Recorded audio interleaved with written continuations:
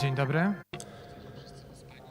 Good morning. I see you all properly rested after yesterday, so I'd like to welcome you very warmly at the second day of this conference. I'd like to welcome our viewers, internet participants, and I'd like to begin with Paweł Jabłoński, Under Secretary of State in the Ministry of Foreign Affairs. Minister, over to you.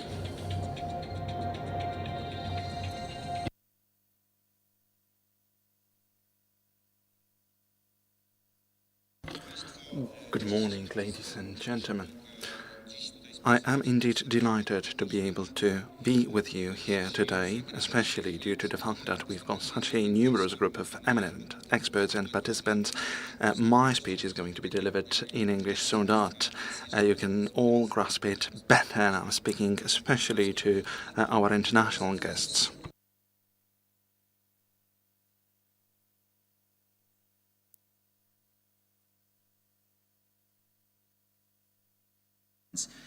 I would like to sincerely thank Mr. Marek Dietl, CEO of the Warsaw Stock Exchange, for the invitation and opportunity to speak today, but first of all, for organizing this important event.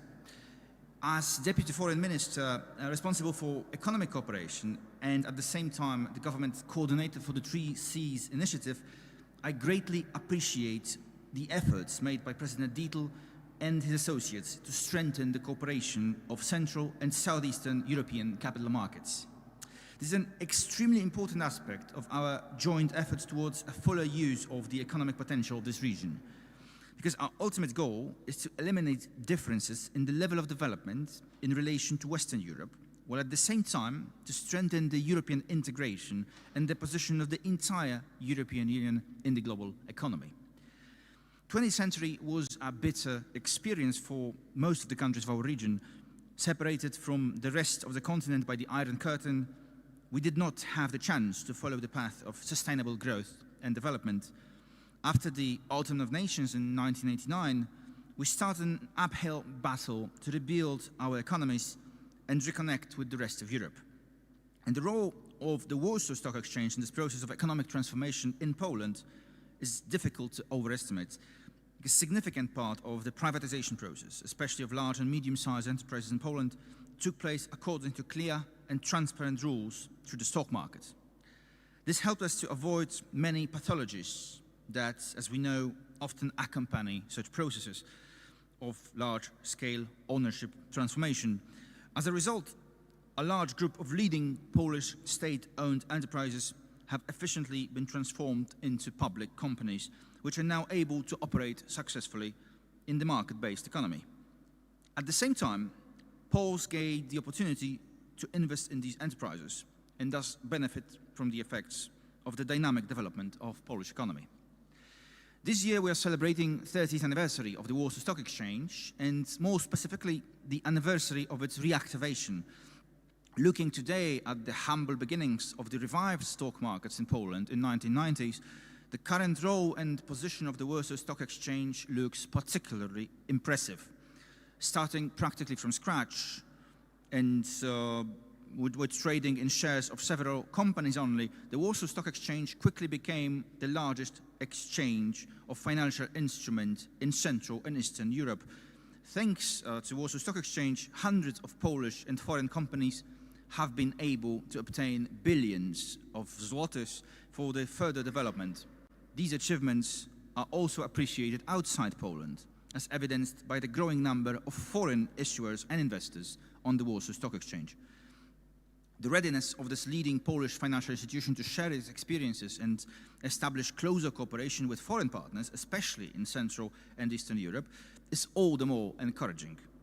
The 3Cs region is linked by common historical experiences, by a difficult path from a centrally planned economies, a transformation process, an important element of which was building the capital stock market from scratch. This kind of experience is unique on a global scale. Poland has achieved undisputed success in this respect, and what's this spreads these positive results of the success on the entire region. The Warsaw Stock Exchange is very important in the region and considers this fact as an obligation to support development of other capital markets in Central and Eastern Europe, thus contributing to the economic success of the whole region. The aim of the Three Seas initiative, as you perfectly know, is the development of infrastructure links between the countries of Central Europe, and the needs are enormous, estimated at over 1 trillion euros, to bring the infrastructure connecting our countries to a level comparable to that of Western and Northern Europe. The deficiencies in this regard are to a large degree inherited from the communist era. However, we need to admit that in the process of European integration to date, we have naturally focused on the reconstruction of the East-West connections. It was very important, obviously, but finally we have came to the conclusion that the shortcomings in the development of infrastructure along the north-south axis is one of the main barriers that prevents us from the full use of the economic potential. It is not just about transport connections, road, rail, air, which we all know they allow for faster and more efficient trade in goods and easier movement of people. But it's also about providing the entire region with access to reliable, stable energy sources and solving the problem of dependence on the energy supply from only one direction. We plan to achieve this both by building LNG terminals and gas interconnectors, but also by ensuring access to new low-emission and climate-neutral energy sources such as hydrogen. Finally, it is necessary to create infrastructure in the region that will allow us to successfully meet the challenges of the digital age, and that will enable us to collect and transfer increased amounts of data and broad application of the latest technologies, such as the Internet of Things, artificial intelligence, big data, and blockchain. It is the ability to absorb the latest technologies that will determine the future of our region and its position in the European and global economy. It should be remembered that the modern capital market is also based on the latest digital technologies. And global trading in financial instruments is almost fully based on virtual real-time transactions from anywhere on Earth. And there is no turning back from this. Therefore, an enhanced cooperation between the stock markets of our region fits perfectly into the creation of digital infrastructure, connecting the countries of the Three Seas initiative. The Warsaw Stock Exchange not only uses the latest and best technological solutions, but also creates such solutions itself. And it intends to fulfill the role of the leader in the region by making these solutions available to other partners in Central and Eastern Europe. Thanks to this, trading in financial instruments throughout Three Seas initiative region has a chance to be based on the same highest standards. Such cooperation is undeniably beneficial for all its participants. Let's also look from another angle. The ultimate goal of the Three Seas initiative is to make the countries of our region develop faster, make better use of the potential, and reduce the distance to the more developed countries of Western Europe. One of the key conditions for this to happen is to increase our attractiveness for foreign investors. And this can be achieved by shifting the attention from individual countries to the whole area of Central and Eastern Europe. None of the 12 countries of the Three Seas initiative alone is as interesting for foreign capital as the entire area, from the Baltic to the Adriatic and Black Sea, with over 112 million inhabitants. This is especially true for investors from outside Europe. And the main condition for the success of such a strategy is that the region is sufficiently coherent and integrated. Building an infrastructure connecting our countries is definitely a prerequisite to this, but other elements are also important. First of all, it is worth striving to ensure that the conditions of investment and business activity in our countries are simplified and unified even more than today, beyond what is the result of the European integration. The unification of rules and standards of capital markets is one of the elements that could significantly increase our attractiveness in the eyes of foreign investors. Easier, more standardized access to capital markets throughout the whole Three Seas region will definitely facilitate business operations and rise the flow of capital. This is the path that we should follow. And I'm glad that the cooperation between the stock exchanges of the Three Seas countries has already started.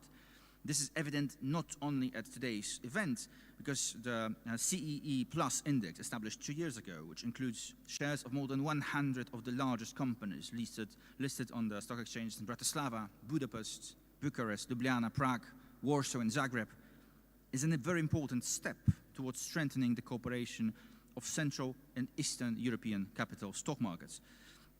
It is also an attractive offer for foreign investors and an excellent showcase of the economic potential of our region. Our countries have many advantages. They are members of the EU, of NATO, they guarantee the security and stability of investment. At the same time, they are growing significantly faster than the countries of Western Europe, with prospect of continuing this path in the coming years and decades. A coexistence of these two factors is not so common in the modern world. Therefore, we should take advantage of this fact and work together as a region. Three Seas countries need capital to continue to develop dynamically. Developed, modern capital market is the best way to successfully attract investors. Encouraging foreign investors will be even more effective if the capital markets of the Three Seas initiative cooperate closely with one another. I'm convinced that working together, we can achieve even more. Thank you for your attention. I wish you very fruitful further discussions. Dziękuję serdecznie. Thank you very much, Minister, for this address. Distinguished guest, Minister, sort of made in his speech merged two spheres that I'm going to talk about soon, and something that we are going to address in the discussion panel to be moderated by Minister.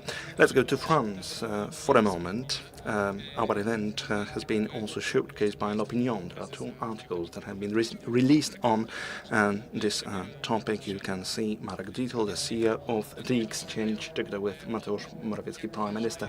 The gentlemen are dwelling on the importance of our cooperation. Furthermore, they accentuate how important it is to strengthen our economies. Mateusz Morawiecki mentions that it would be military power to decide upon the actual power of a given state. Now it has been replaced by the actual economic power.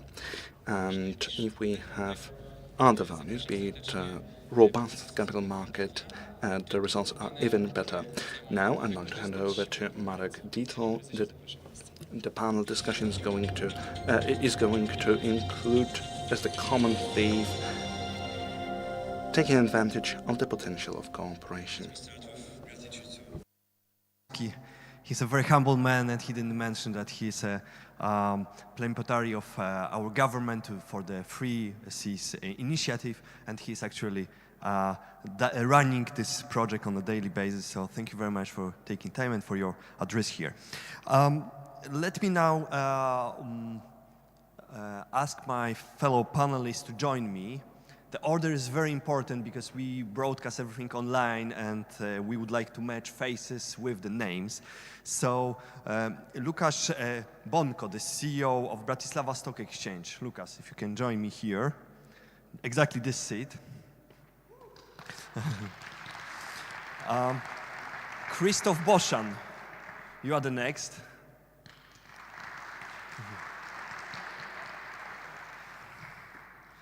The CEO of Vienna Stock Exchange, Ivana Gazic. If you think that stock exchange's world is the man's world, it's not true. Ivana is the proof for that. Ales Ipavec, president of the management board for Vienna Stock Exchange. Ales, where you are? You are here. Good, good. Petr Koblis, who is the CEO of Prague Stock Exchange, but also the president of FESE, Federation of European Stock Exchanges. So, prominent figure in the world of exchanges. Thank you, Peter, for joining us today. Manu Morevenov, the CEO of Bulgaria. Manu, you are here. Good, good, good. CEO of Bulgarian Stock Exchange. Adrian Tanase, the CEO of Bucharest Stock Exchange.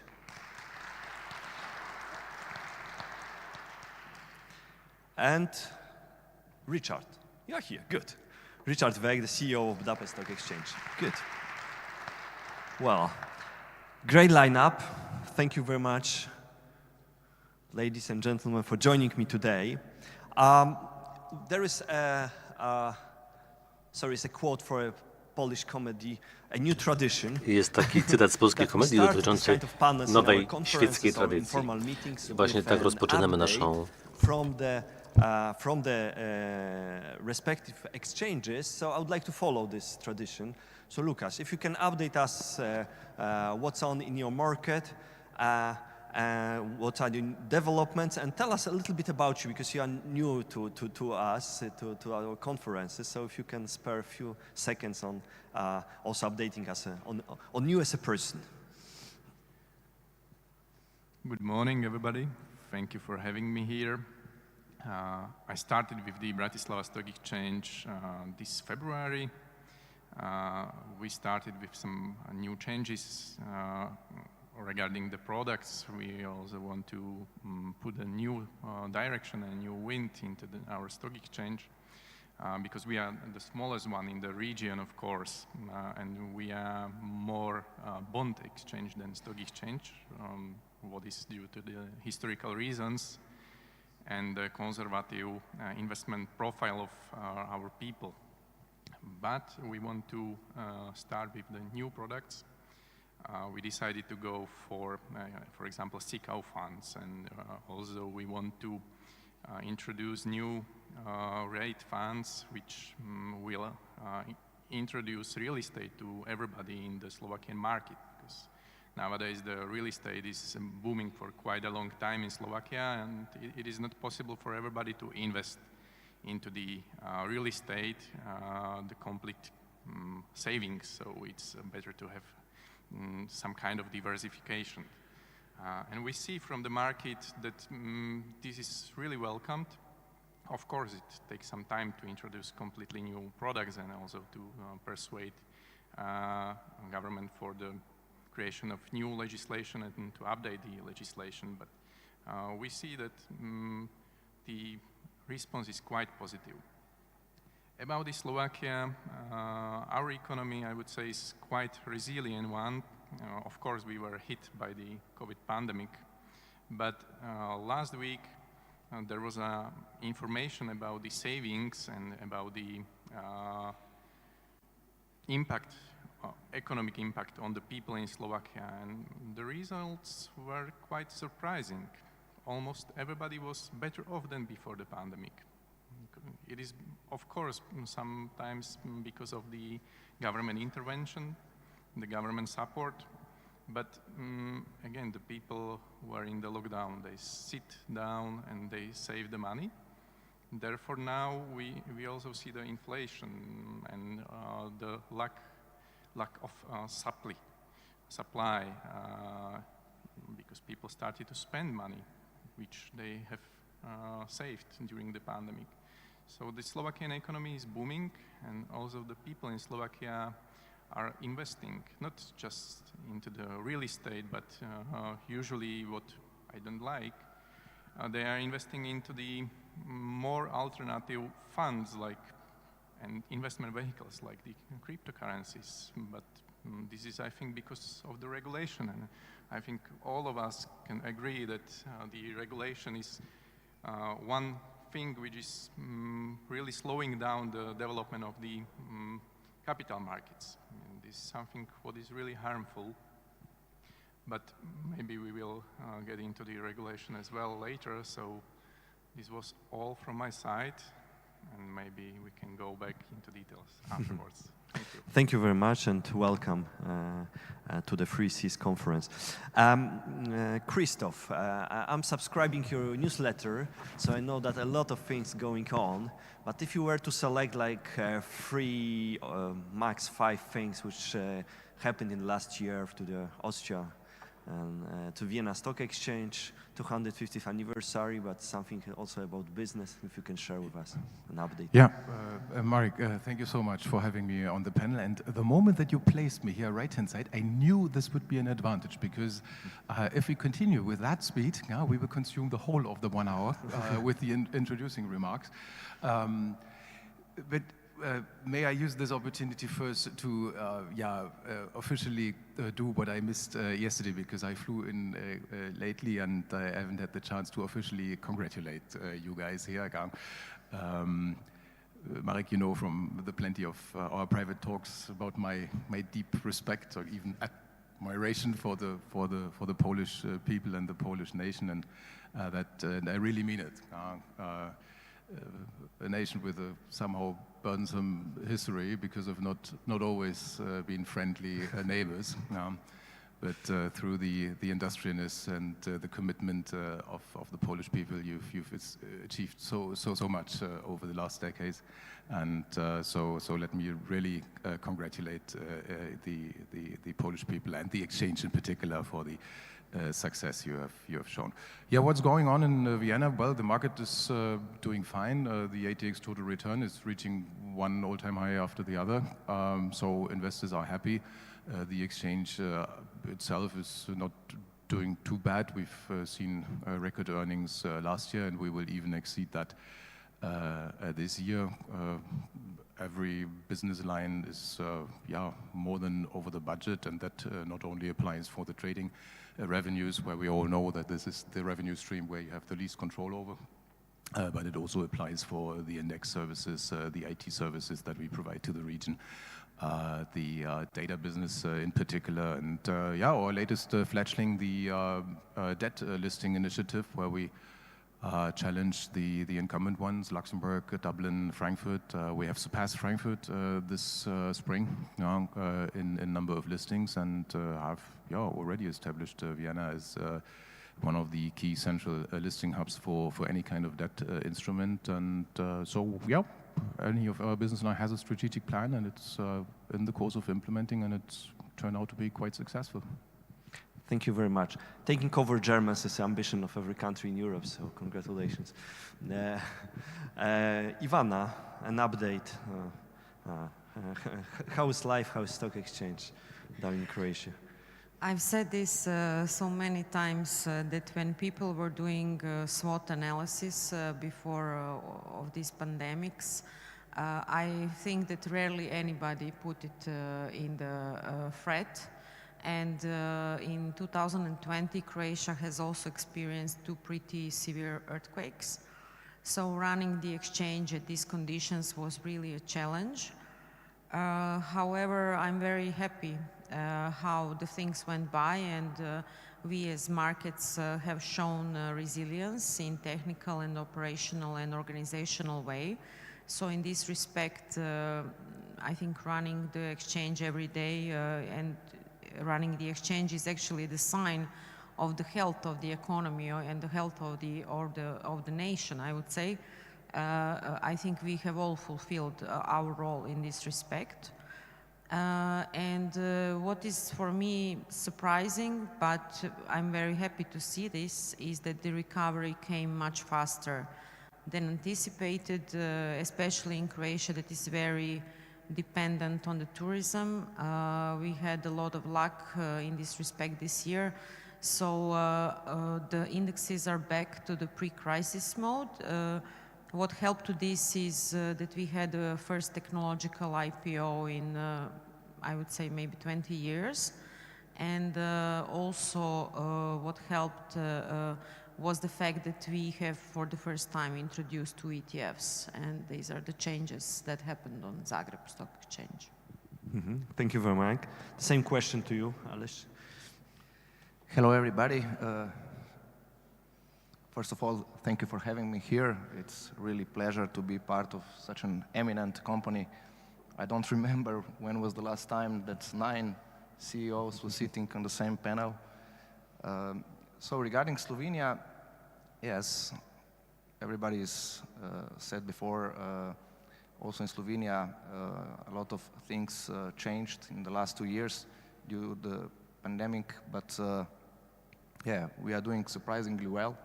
Last year was, for the stock exchange, one of the best years in the last 10 years. And also this year, generally speaking, our economy is surprisingly positive. I mean, we rose, our GDP rose more than 16% year on year this year. Consumer expenditure is almost 20 plus. So these are really numbers that we were not foreseeing last year. And also in 2020, the consumer expenditure dropped less than 10%, which is also quite a good result. So regarding stock exchange and the general financial market in Slovenia, there is a big consolidation happening in our country, especially on the bank sector, but also on the funds and so on. Yeah, we are seeing some demands for or intentions for new IPOs from private-owned companies, which was also not the case for the last 10 years in Slovenia. So we are having ETFs. After 10 years, we broke our SB top index broke 1,000 points last year after 10 years, and rose this year for more than 35%, which is also top 10 results worldwide. So yeah, no reason for compliance right now. Great to hear. Thank you very much.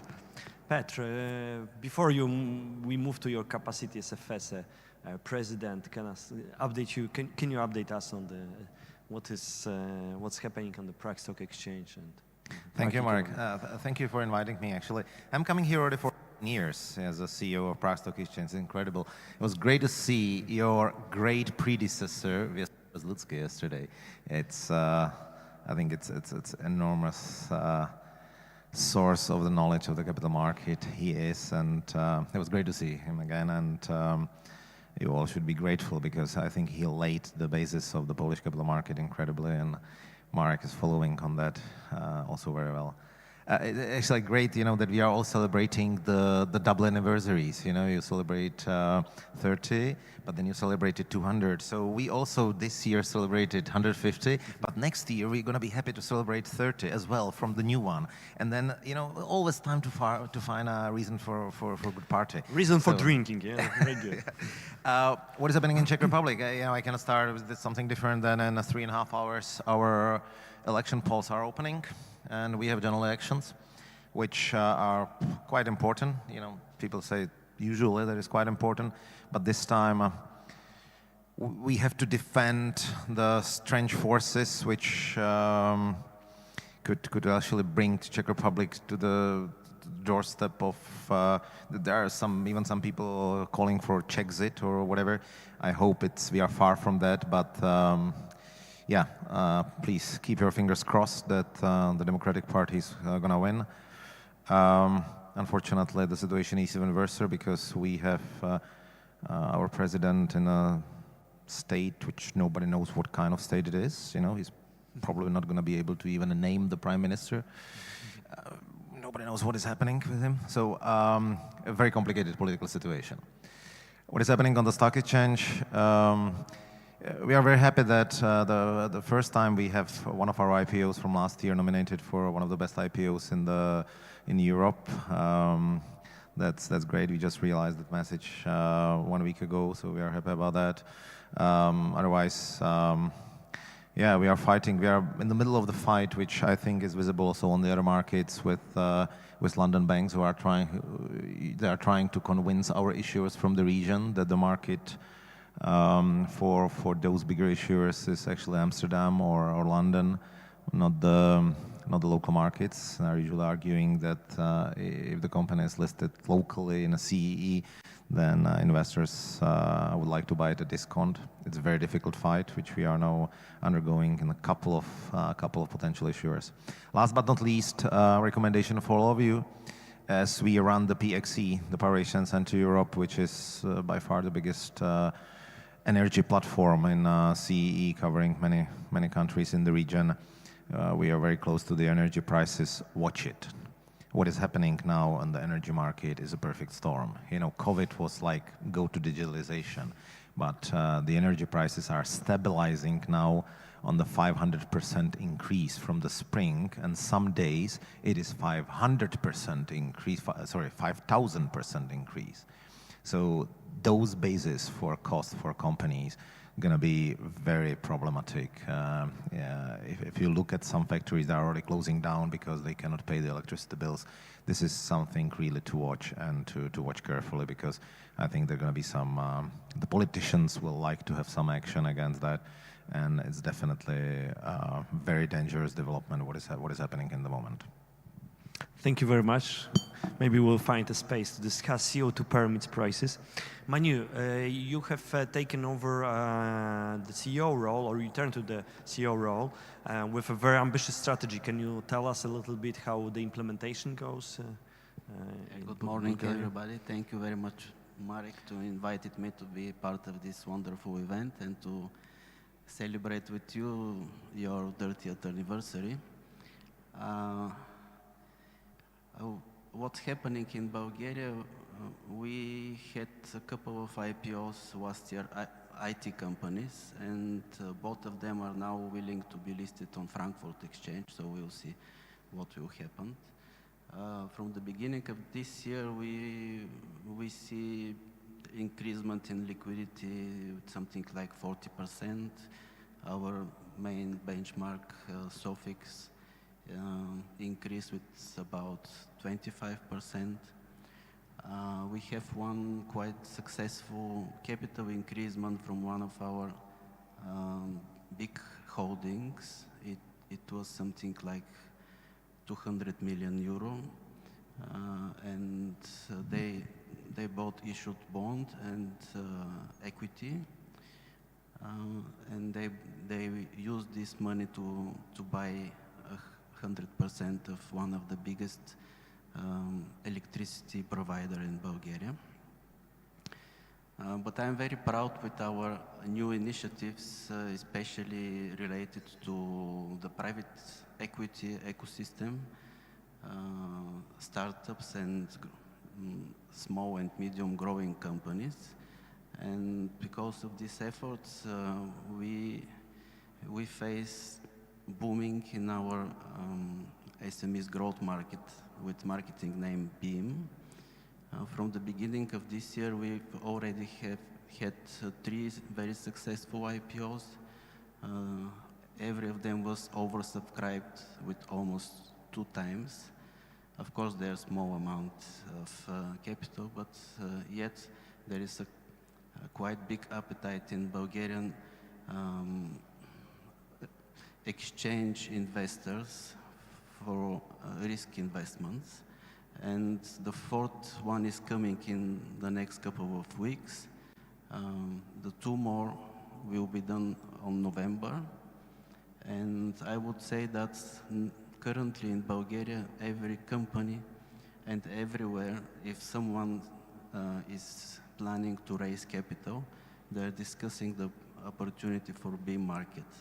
Me personally have meetings with startups and growing companies almost every week. Congratulations, impressive. Adrian, you were reclassified, upgraded, a lot of things happening, great trading volumes. Tell us more about this. Thank you, Marek, and thank you all for having me here. Indeed, last year we have been promoted to secondary emerging market by FTSE Russell, effectively promoted. We had a good year in terms of liquidity. It was a record year for Bucharest Stock Exchange. We have a good year in terms of investors number development. You have experienced into increase of 35% of the investors with direct investments. We have increase in investors in open-end fund industry as well. And on the other side, we have experienced a very active primary market, starting with last year. So this year to date, we have like 19 equity listings, both on the MTF and the regulated market. You have 22 bond listings. So I think this development are very, very good for us. And the pipeline, I'm very optimistic about the pipeline in the near future. So we have been promoted by FTSE Russell, and we have experienced some very good liquidity due to these promotions.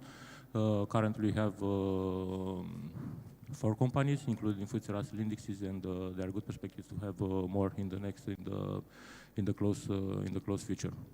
And also, we have celebrated 25 years last year, and we will celebrate next year 140 years of all history. 25 years was a modern stock exchange. Yes, in terms of performance, we have a good performance last year. Yes, of course, you had experienced a 30% drop down in March, and but we have closed the year on the positive side. This year we have a performance of almost 40% year to date, and year on year is almost 60%. So the evolution is good on this side as well. We have the savings are increasing, so the pandemic has influenced positively the savings level. So we have at least the deposits in Romania has increased 14% year on year. So this is a very good development as well. Congratulations for the promotion and for the anniversary. Richard, how have you guessed that your turn is now? You took the mic. Great. I mean, I would pose a slightly different question to you. What keeps you busy but looking forward? What is on your desk now as the CEO of Budapest Stock Exchange? Yeah, thank you. First of all, congratulations to the anniversary. I have to say that the success of your exchange is a great inspiration for me, myself, personally, and also my colleagues. So I think that creating a really successful capital markets, which helps the development of the whole economy, is something that we are also working on. And the second thing that inspires us all the time is your government attitude toward the capital markets. So congratulations to Deputy Minister and to the whole government for realizing the importance of the capital markets for the whole economy. I think this is also something that we are busy in the last 5-6 years, and I hope that the results are becoming visible in Hungary as well. So what makes us busy is, I think, probably the most important development on the market is that we are relatively quickly increasing the number of issuers, and first of all on the corporate bond side. So we have in Hungary a special program for corporate bonds that was initiated before COVID, actually in 2019 by the central bank, and afterwards I think it's quite obvious that it was a very wise move to initiate such a program before COVID, because during COVID it was a very useful tool that was available for companies also during the crisis. And these bonds are then listed on our bond market segment. And this, I think, will be a very, very important education tool for the Hungarian companies that will probably enable us to attract them also maybe on other market segments like equity market. So that is very important, and fortunately the savings trends are good in Hungary. So we still see the very rapid growth in the households' financial assets, and maybe this is a result of COVID, that equity investments became more popular among Hungarian retail investors, either in a direct way but also through funds. So the popularity of equity funds became larger among the retail investors. So this is one part, and the second is that is important for us, that we are working on a potential IPO of our company ourselves. So this is something that is important for us. So good luck for the IPO. You will realize how complex it is for the companies that they want to list. So it's very good to have a first-hand experience in being a public company. Thank you very much, Minister. I would like to now revert to Christoph. You initiated a letter to EU Commission regarding consolidated tape. It's quite important legislative or regulatory idea, which actually is contradictory with the development of the capital markets, especially in smaller countries. Can you tell us what was the feedback, how it was with this great initiative, which was completed, I think, within 2 weeks, so congratulations for the efficiency and speed. So tell us a little bit the effects of this cooperation. Actually, it wasn't completed within 2 weeks. It was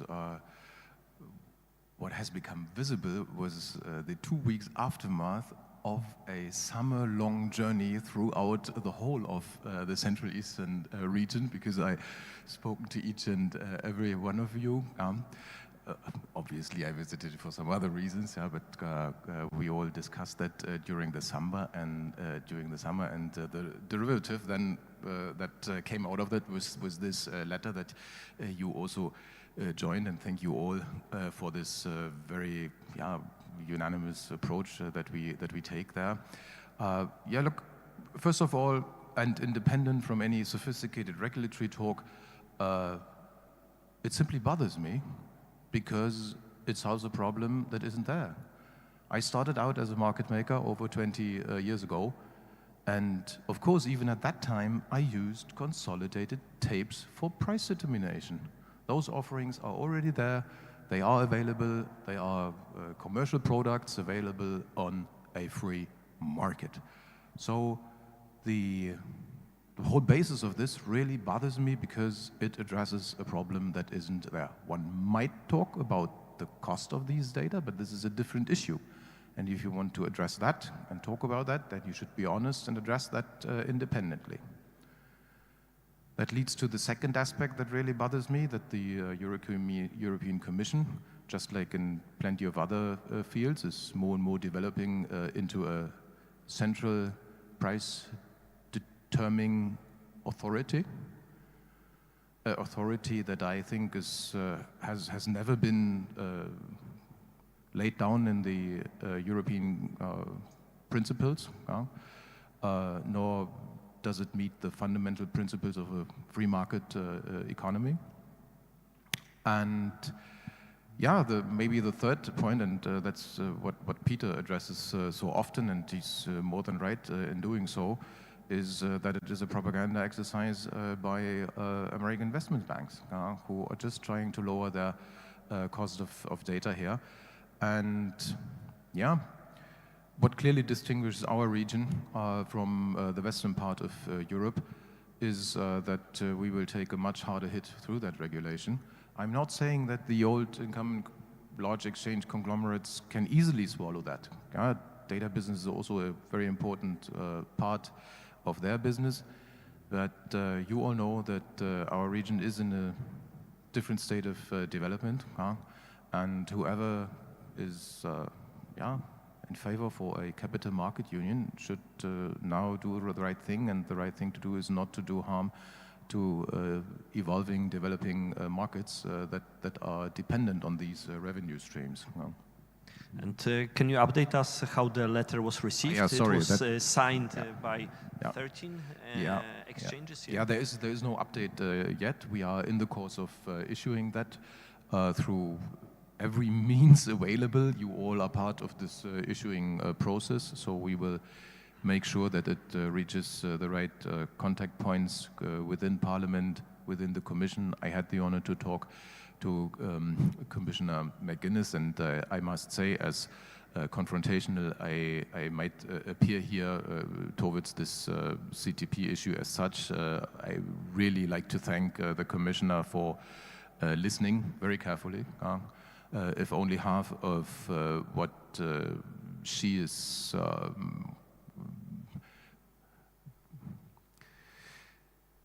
if only half of how she manages the interaction with the industry is genuine, then this is more than a clear win for all of us. She's really a true European and a true listener, and I think with her we have the opportunity to find the right equilibrium in that sense. Congratulations, ladies and gentlemen. This is a visible example how we can leverage the cooperation between the exchanges here. So thank you very much, Christoph, for this initiative.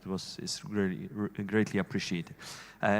Peter, as a key person in the in Brussels when it comes to lobbying and regulations of the related to the exchanges world, can you tell us if something like consolidated tape we can expect, and or any other harms to our business, and how? And the second question, if there are some other threats to us, is this platform of 13 exchanges from more east than west is the right platform to lobby for better and more free market-oriented regulations? Well, thank you very much. It's a pretty wide question. Okay, fine. First of all, this platform is extremely useful. You know, it is, everybody who understands how European Union is working, you know, there is a commission who's usually the technocrats which are sitting in Brussels, and they try to be independent. And they are lobbied by various people. And this time the lobbying was obviously done by the pharma, by the investment banks, you know, who after MiFID II, or MiFID I actually, or the MiFID II as well, came not only our clients, but our competitors. So we are in strange kind of battle with the banks. You know, they use us, they need us, and also they want to undermine us, you know, and they want to use our data, and they want to use the OTC trading. So that's a very strange situation in the moment. And obviously it was their idea. They are very powerful in lobbying, and their budgets are multiple of our budgets. Also in the, as far as goes to the lobbying in Brussels. So the commission basically, after some months or years, is fully on the side that the consolidated tape is must. They originally thought it's a silver bullet which will improve the capital markets in Europe. I think some of the people are already hesitating, but simply they have it like on the top of their agenda. When I was coming for a first meeting of high-level forum of Capital Market Union last year, they had it as a top of the agenda, and they were completely crazy about the situation when in the end, in the communique in the end, it was not on the list because the market didn't somehow support that. But they re-input it into their agenda, so it's there. Then we have a parliament, which was this great initiative of 13 exchanges, very valuable. I was yesterday speaking to Aleš, you know, Slovenia has a presidency, so he will take an opportunity to deliver it to the finance minister in Slovenia, you know, to be aware of that. In 1 year there is a presidency of Czech Republic, so we have all power to deliver this message. And then I'm coming to the council. The council is important because here we as a national states, and if it's initiative of 13, it's half of the European Union, it must be heard. So I would say there is a little bit of shock now in Brussels, how powerful our response could be, and we are visible. I will have next week on a Tuesday dinner with the Financial Group of European Parliament, anniversary dinner. Then we are hosting the following week dinner in Strasbourg, actually as a FESA, myself as a president, with a couple of MEPs. So we are trying to lobby this way, and we hope we're going to be successful. And I fully agree with Christoph. This is not about the consolidated tape. It is, as in a Cold War, this is the proxy war on the price of the data. You know, we exchanges are making something between 250 to 300 million euro per year on the selling of the data. Of course, not 10 of us. Not, you know, mostly the. But you know, yeah, we have relatively good amount as well. And of course, we are financing from this money the development of the market, development of the ecosystem, the prime markets, the companies going public. You know, we are using this. We are not just making we are not buying better cars. If we lose this source of the money, our ecosystem will suffer. And this is what we are trying to explain. And this is a proxy war about the price of the data fought by the banks, and all stakes are in. Basically, it's probably consumed 70% of the effort of the FESA in the moment. Thank you very much. We are accompanied by the journalists, so let me summarize. The first message is that exchanges are in quite a tricky situation when your client is at the same time a competitor. It happens in many industries. We are one of these industries. And second, that exchanges from Free Seas region can be a very powerful lobby against unproportional or unwise regulation, being polite. Okay, of course, we are in a heavily regulated business, but we are still in business, hopefully. Ivana, what is your take on the digital finance package, blockchain, and the next wave of digitalization of exchanges in Europe? You have quite some experience in that. So can you elaborate your view on the future of exchanges and the blockchain or distributed ledger technologies? So, first discussion about consolidated tape. This is one of the ways that regulators are actually harming the business of the entities in the countries, which are a sole entity in the country, and taking care about so many other things like transparency, reporting, visibility of the companies, and so on. And I'm just worried that, and somehow I see that actions on one side want to enhance capital market union. On the other side, some of their steps are ruining the business of the existing exchanges. So the similar thing I am seeing with the clearing and settlement. Both in Croatia and Slovenia, we are not the owners of depository, and it is harming our business because we want to implement something new. We are having a problem to have it as priority to our depositories and clearing. Also, the amount of the money that needed to be invested in order to have a CCP in Croatia and all the other countries was really huge. So I see new technologies as a way of response to this huge regulatory pressure that we are having as markets.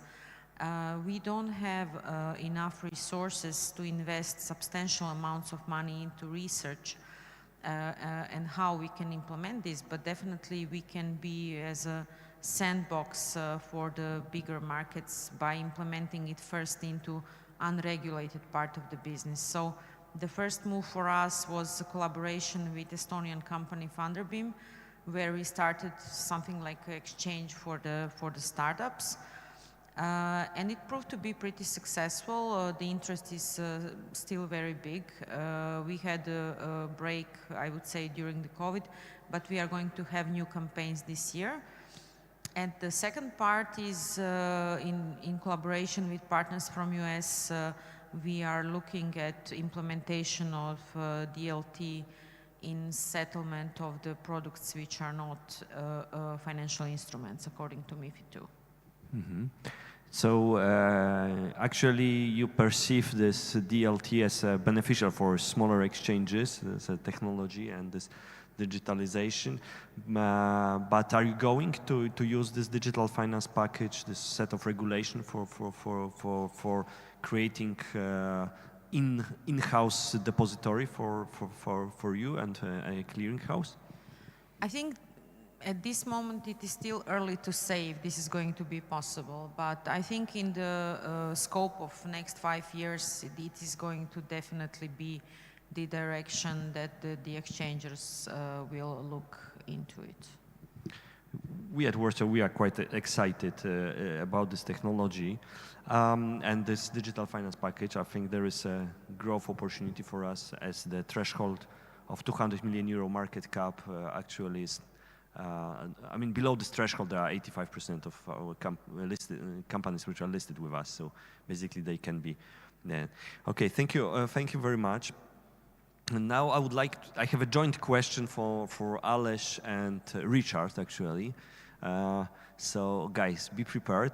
You do not sit close one to the other, so you cannot coordinate the answer. And I will start with short remark that based on for a second, let us leave Austria aside. Slovenia has the greatest stock of capital per capita in our region, leaving aside Austria. But on this same time, this capital is not so much utilized for buying equities in Slovenia or broader in the region. And the Richard? By the way, in Austria is the same. You have a great stock of capital which is not utilized at home or in the region. So actually, the similarity, you know, this rich country, they have commonalities. And Richard brought up the idea of doing more marketing towards marketing of the region towards the investors in the region. So we are not an exporter of capital anymore. And Tell me, Richard and Ales, I don't know who gonna start. How you perceive that? Is it really feasible to have, like Mr. Jabłoński mentioned, that on the on the north-south axis we can have infrastructure, digital pipes, roads, whatever, but can we also attract more capital flows on the south-north axis? Ales, Richard, how you see that? Thanks for the question. Yesterday you mentioned a story about those guy from Hong Kong investor, and why would he bother to invest in our region, because it's a relatively small region and very far from the Asia. And my answer is because I believe that our region has huge potential.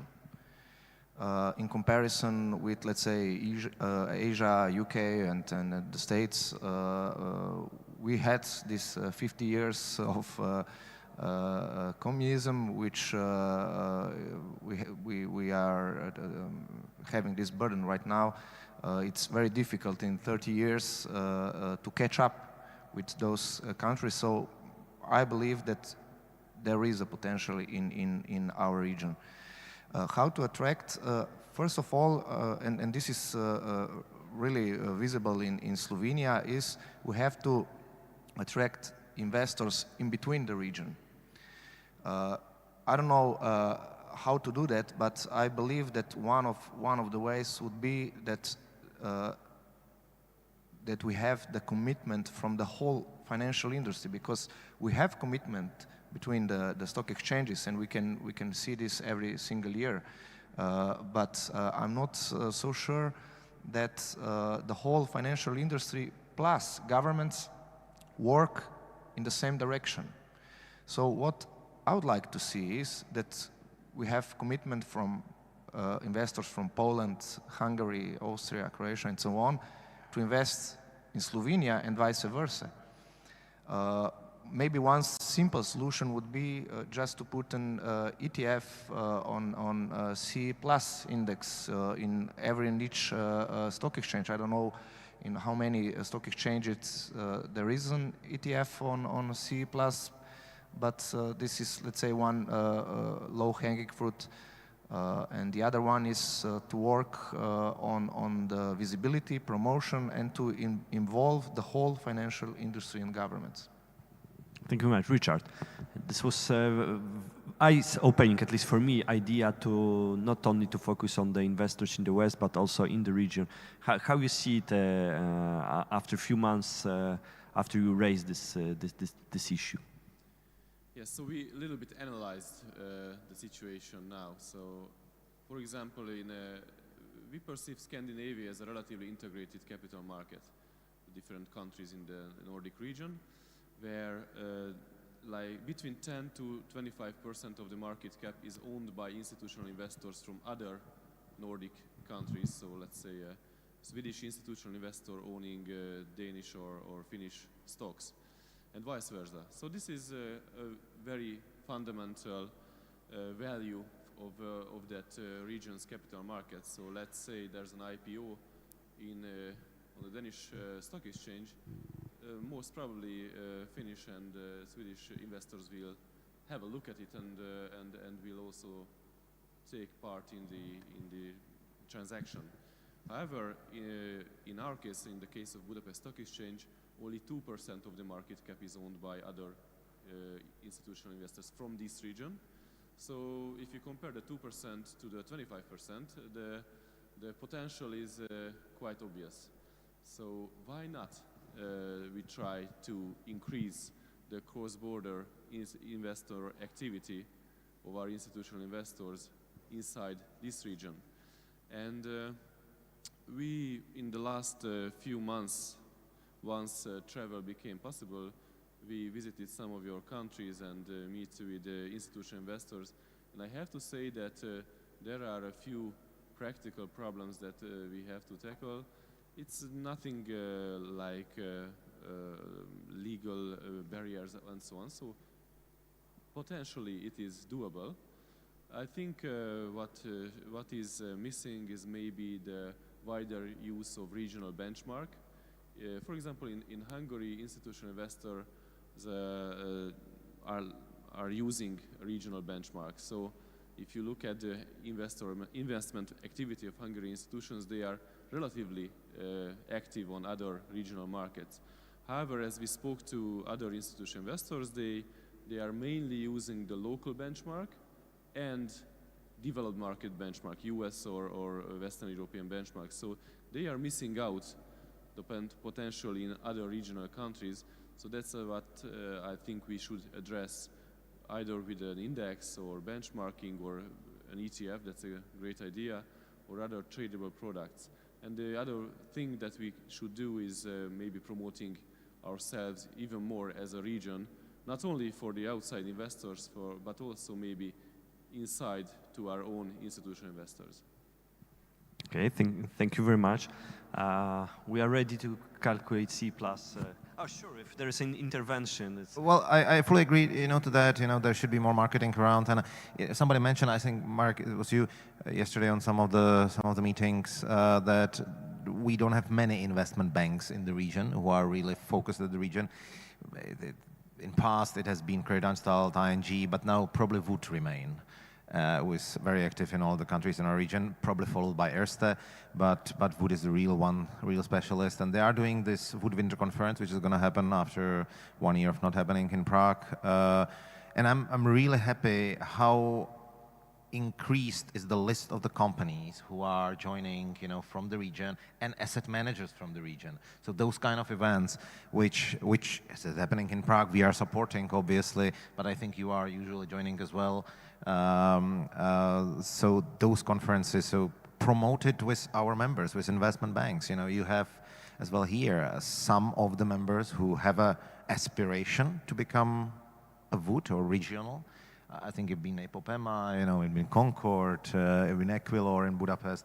So we need those guys, those local or country or regional specialists, country specialists to become regional specialists and provoke the traffic in the region. I think that's the way, the easiest, difficult still, but easiest way how to do it.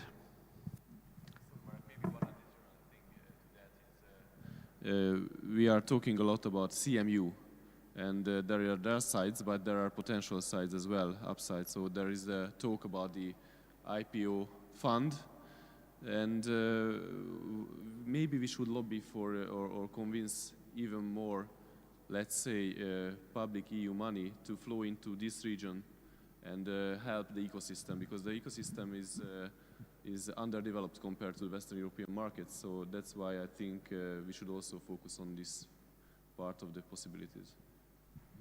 Okay, thank you very much. Actually, it was supposed to be a question to Manu about the pre-IPO fund, but before I ask this, or maybe if it was raised by Richard, let us change the plan a little bit.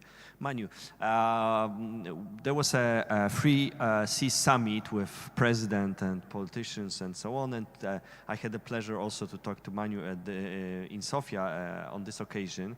I was accompanying our president to the summit, and in relation to this EU IPO fund, which is now in design in the European Investment Fund, it was supposed to be the documentation for that should have been outlined.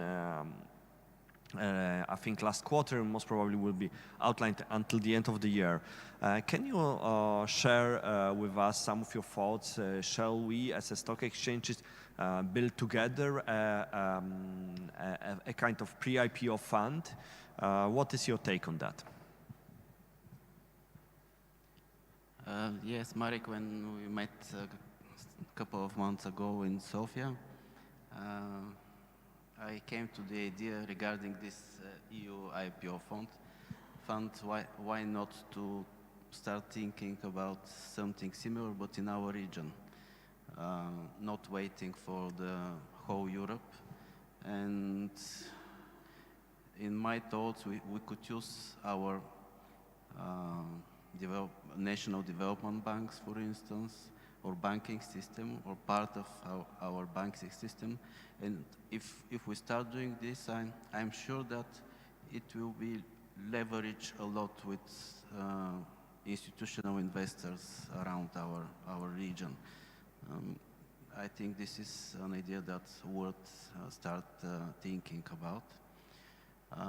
And I would like also to add something just on the opposite side of the business, something very small but interesting and with big potential.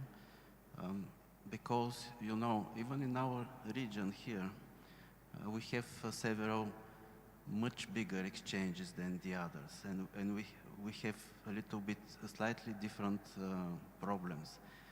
Hard regulation is really very, very, very hard for small exchanges, and what is happening in Bulgaria, I told you what is happening. Most of the issuers prefer to go to a less regulated market. And when they see that they could raise capital even less, in Bulgaria this is 3 million euro on the annual base, but you know that the SMEs growth market could increase this up to 8 million euro, according to EU legislation. For companies, for countries like Bulgaria, 8 million euro on 12 months option for capital increasement is quite a sufficient sum. More than 95% of our listed companies are SMEs in Bulgaria. And they really prefer to be listed on non-regulated market, especially if they will have to, the whole procedure is going directly through the stock exchange. We're doing this very fast. I could say that in a couple of weeks procedure they could do IPO.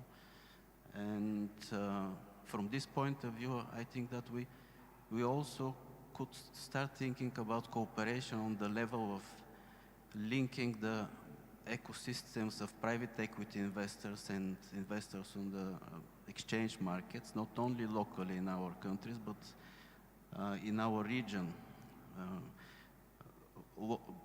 What I mean, Bulgarian VC companies are something like 40 so far, but it is very hard to raise more than 3-4 million euro on one ticket. If the company is growing faster, then it starts looking capital from our neighbors. First goes to Romania and Western. And this network is very, I mean the private equity network is very, very linked because of the technology and the money flows all around the world. I think it could be a good potential for us to start, how to say, to take a stake of this business in our region and to keep it close to our exchange, because most of these companies sooner or later will do IPO. We have such program in Bulgaria, especially for growing startups, and in 1 year time, 3 of them decided to do IPO. Well, congratulations, very encouraging example. Assuming that EIF will offer half of the fund capitalization and we get other half, and to have a very professional GP, we can have a really pan-European IPO fund or pre-IPO fund. Adrian, question to you. With promotions always come, what comes always with promotion is the new duties and obligation and expectations. And one of the results of the promotion that you have to spend more time and more energy on promoting your market among the global investors. Your investors base increased tremendously recently. Do you see any potential in joint cooperation marketing of the region, or everyone should go its own way? Of course, I see a lot of potential to have a joint cooperation. Unfortunately, nothing has materialized so far, yeah? And yes, but we have to have patience in our initiatives, yeah? And yes, maybe sooner we'll have such initiative to promote all the region. But you have the pandemic now. You cannot do too many things. Now you are, of course, you have been promoted into a pandemic time, and unfortunately, you cannot participate to roadshows to leverage on this promotion so far. So you have missed this, but you still had some online roadshows with investors. But yes, we are very interested to promote Romania and to promote the region, the Romania within the region. And as soon as the pandemic will stop, yes, you have to think very seriously to promote all the region. And yes, you have this index now, CE+. This would be our flagship product, and yes, why not? Even to approach Asia, for sure, because you've never been in Asia, for instance, yeah. And this would be a very, very useful, very interesting development for us. So, in a nutshell, we agreed that we agree. We need to implement all these ideas. We need champions for each idea. As Isa is saying, idea without implementation is just illusion. So I Marek, see. it was another idea with that platform to promote all the region, yeah, to have all the prices and everything. This was, from my perspective, was a very interesting idea. But yes, nothing happened so far, and yeah. So yeah, we'll wait. So I'll assign following championship roles. So for sure. Peter, Petr, and Christoph are absolutely champions in this EU things regulations, so please be the voice of the region. I think Richard should take care of the bringing more capital on the north-south axis and getting the markets together. Tell us all these technical issues the buy side is facing. I'm very curious what limits them, and maybe Pat just right, that's the weakness of the local investment banks, by the way, and cross membership. So Pat, please advise Richard to help out. I believe, Manu, you should be the champion for our pre-IPO efforts. So watch closely the EIF homepage and get us together to create this pre-IPO fund. Alesh, please help Richard in this and Adrian in this marketing efforts. Adrian will be champion for East-West marketing of the region, but he for sure needs some help. So I still encourage you to work on this Free Seas Exchanges homepage, where we can gather information from our region. By the way, there is a journalist from Trimerium portal, which is focused on Free Seas, so you can talk to them also today. Who is not busy enough, Ivana. You are the champion for digital finance thing. So update us if we should go and somehow coordinate in this digital finance space. We are very much interested. So those are the streams. And now for the kind of a summary, Lukasz, you've heard what we are doing in this team. Regulation, of course, lobbying.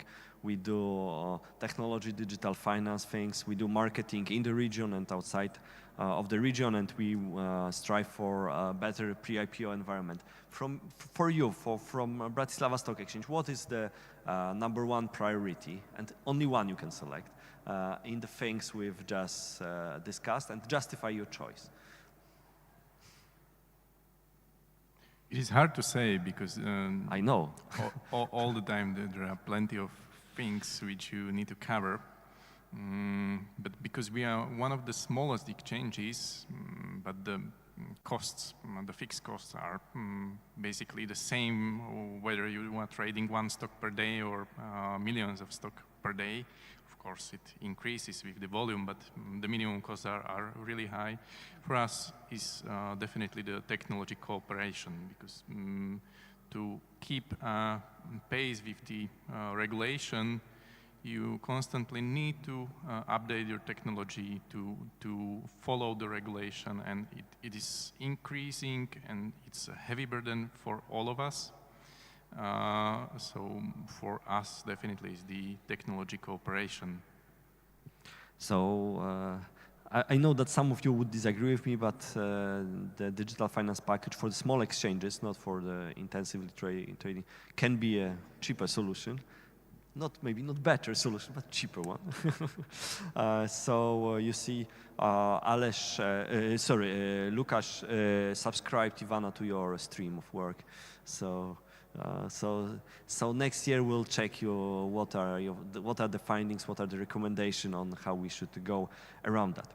And now we have 15 minutes left. What is not much, but should be enough for a final word, a final statement. What are your expectations and towards Free Seas initiative for the coming year? Starting from you, Christoph, what is your expectation out of our cooperation for the coming year? But be concrete and precise. What should we do? Concrete and precise, and just one advice.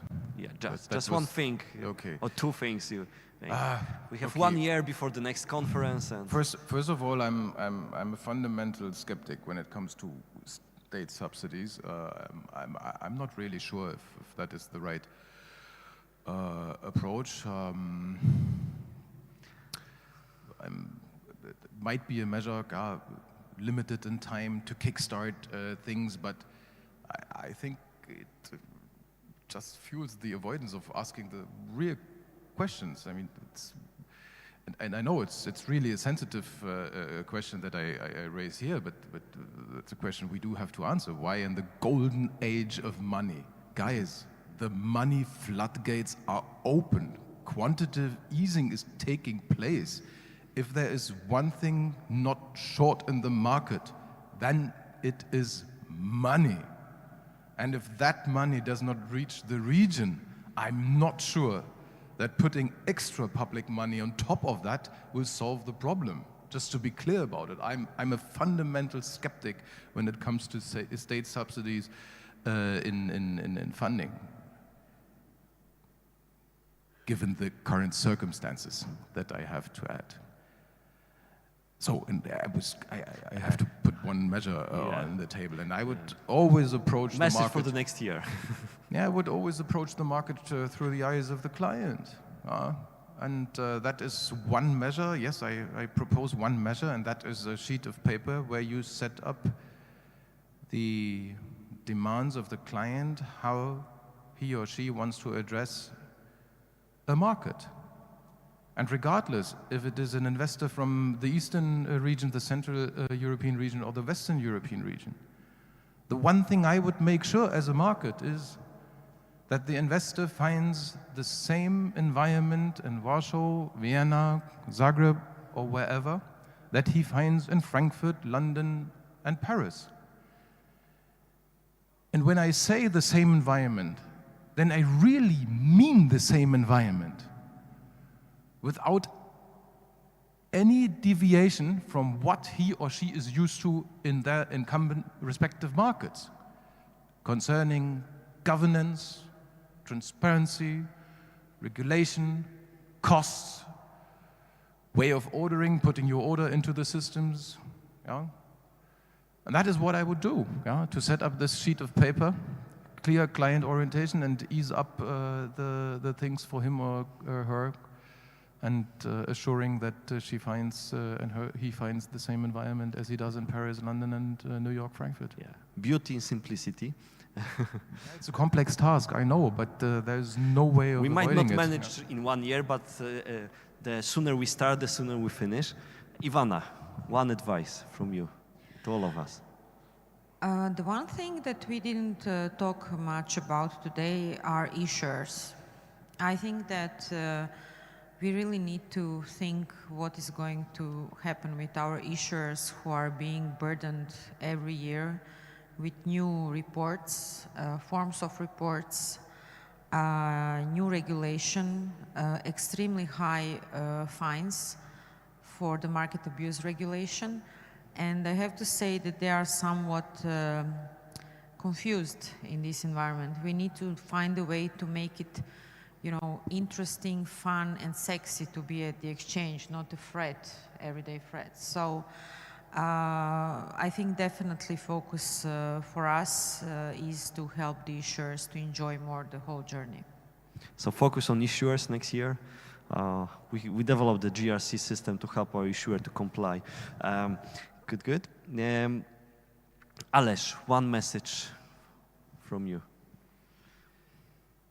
My message is that I don't have a message, but just a suggestion for you to continue with coordination of all the stock exchanges and to decide on which of these all initiatives we heard about today we will work in next 12 months. And I hope in 1 year we will achieve at least one common task we would all agree it's the #1 task. Okay, good. Message taken. Serious thing. Everything depends on the champions. Petr, what is your advice? Well, I probably stay where I was focused on, and it's our European appearance. You know, I think it's a great opportunity when we united in the case of Consolidated Tape, you know, to speak in one voice in the following cases as well. You know, we are now 25% of the board of FESA is sitting here, and we have of course have a great access to the European Commission in the moment. So we should convince the regulators and the legislators actually, when they're going to be thinking about the new regulation, not to speak only to Goldman Sachs, to Chicago Board of Trade, and to the big ones, and somehow modeling the situation on the trading of Siemens of Royal Dutch Shell. They should speak to us and think about what will happen with that new regulation, the trading of Krka. What will happen to the trading of CZ Group? You know, what will trading to Mediomed? So this is the CMU. This is the Capital Markets Union. Many of those guys intentionally say Capital Market Union. They really think our market doesn't matter. And I'm always saying, I'm really ballistic about that. When somebody says it, regardless who it is, it might be John Berrigan, I stop him and say Capital Markets Union. Because we still are not one market. We are not United States of Europe. Before that, you know, we would have to unify accounting, bankruptcy law, corporate law, securities law. That's not done. So we cannot build one market so far. Cannot, unfortunately. Look at Euronext. They are together more than 20 years, and they are still running individual licenses. So we have to run individual licenses, individually build the ecosystem, but the regulation should be fit for purpose. And the purpose is to have more liquid trading in Krka, not to have a little bit smaller spread on a Siemens. So in a nutshell, be brave.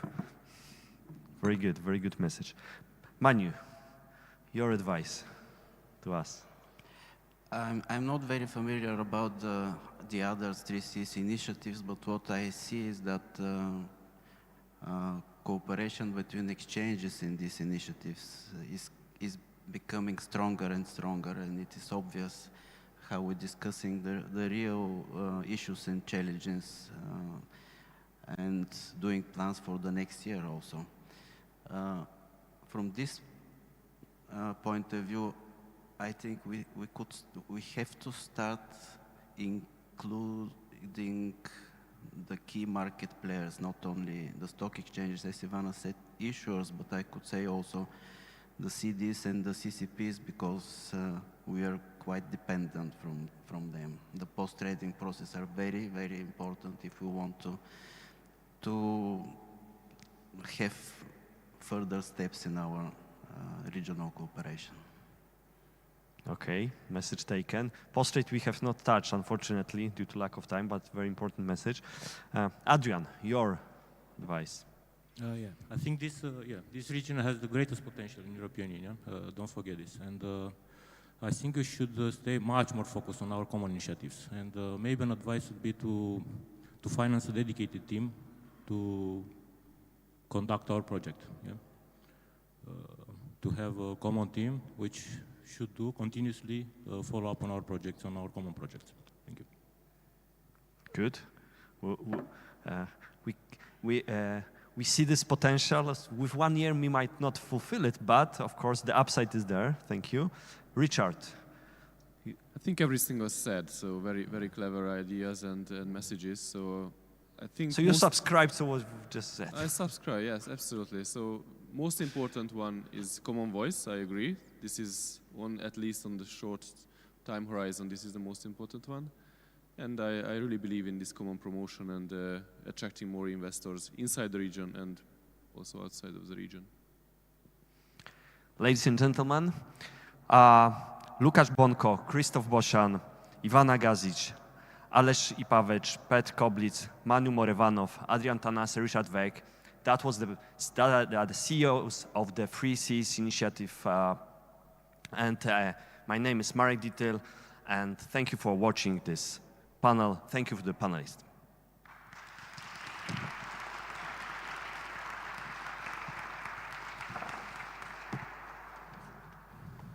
Thank you so much for this discussion. I think it's a very important discussion. Thank you once again. And I have a short message. Now it's time for coffee break. We have 15 minutes. It's important, 15 and not 50, okay? So we should meet here at the noon. It's time for photo? Yes.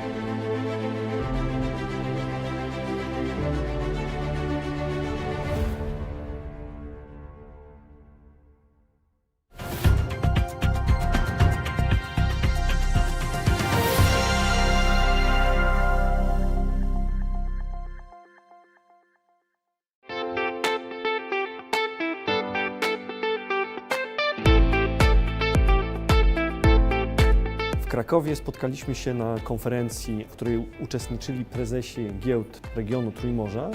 Cała konferencja odbyła się pod patronatem i z udziałem prezydenta Rzeczypospolitej Polskiej Andrzeja Dudy. Cieszę się bardzo, że jesteście Państwo tutaj i że ta współpraca się rozwija. Chcę powiedzieć, że jestem nie tylko zaszczycony, ale przede wszystkim ogromnie zadowolony z tego, że mogę patronować Państwa spotkaniu. We are very happy about the position which was taken by Polish President Dr. Duda today, because he was very keen on development of the capital market, and I think he can serve as a role model for politicians in other countries of CE how to make our voice more loud in the European Union.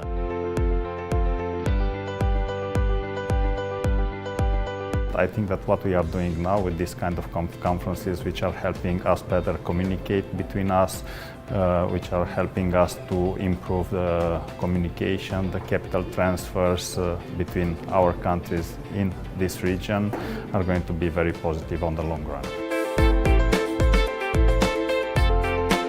We are all countries from ex-communism countries which have capital market for 30 or less years. So we are quite new on this podium. We are on the same level of development of capital market. It all started from the scratch 30 or less years ago. And that's why I believe we should work together.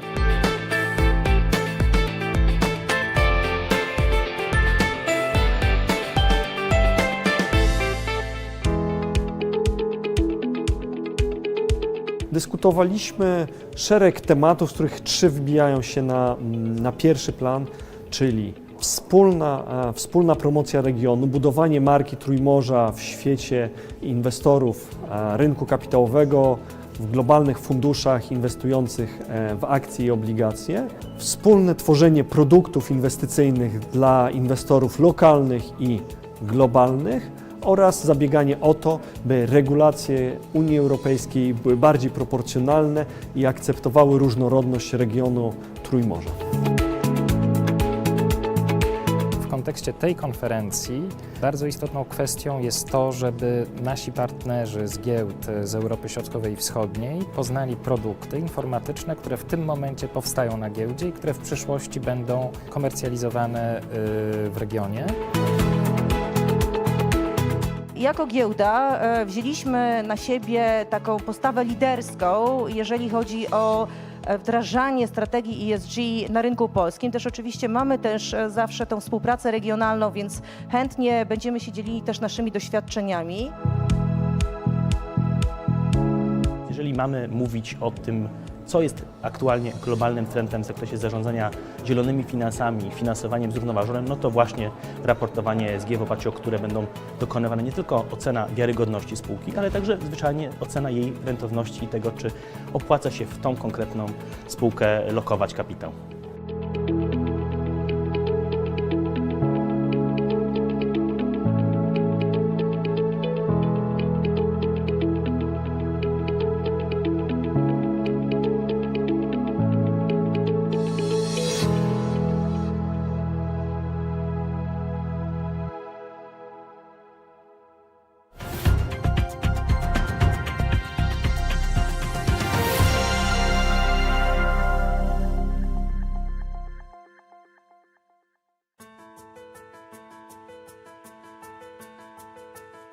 Interesujesz się giełdą i chciałbyś zacząć inwestować? Pobierz najnowszą wersję aplikacji Giełdy Papierów Wartościowych. Aplikacja GPW to niezbędnik giełdowego inwestora, początkującego i zaawansowanego. Dzięki niej zyskasz dostęp do danych z bieżącej sesji giełdy, aktualnych notowań instrumentów finansowych, wirtualnych portfeli inwestycyjnych i personalizowanej listy instrumentów, alertów, które powiadomią Cię o zmianach na rynku, aktualnych informacji rynkowych. W zakładce Rynki łatwo sprawdzisz notowania bieżącej sesji giełdowej, najaktywniejsze instrumenty oraz wartości bieżących obrotów. Możesz też łatwo znaleźć spółki, które zanotowały wzrosty i spadki w aktualnej sesji. W zakładce Notowania masz dostęp do aktualnych notowań wszystkich instrumentów finansowych dostępnych na GPW. Korzystając z funkcjonalnej wyszukiwarki lub opcji filtrowania wyników, możesz łatwo znaleźć informacje, których szukasz. W zakładce Moja giełda możesz tworzyć wirtualne portfele, dodawać spółki do ulubionych i śledzić ich notowania. Zanim utworzysz wirtualny portfel, w prosty sposób załóż konto w aplikacji. Dzięki temu będziesz miał dostęp do danych na każdym urządzeniu. W przypadku nowej instalacji dane zostaną automatycznie przywrócone. Zakładkę z ustawionymi alertami znajdziesz w górnym menu aplikacji. Nowe alerty dodasz na karcie danego instrumentu. Każda zmiana kursu oraz inne ważne informacje giełdowe trafią natychmiast na Twój telefon. W tej zakładce znajdziesz najświeższe informacje rynkowe z agencji PAP i ISB News oraz bezpośrednio ze spółek. Skorzystaj z wyszukiwarki, aby znaleźć te, które interesują Cię najbardziej. Aplikacja GPW to zawsze aktualne notowania z warszawskiej giełdy na Twoim smartfonie i tablecie. Pobierz aplikację GPW.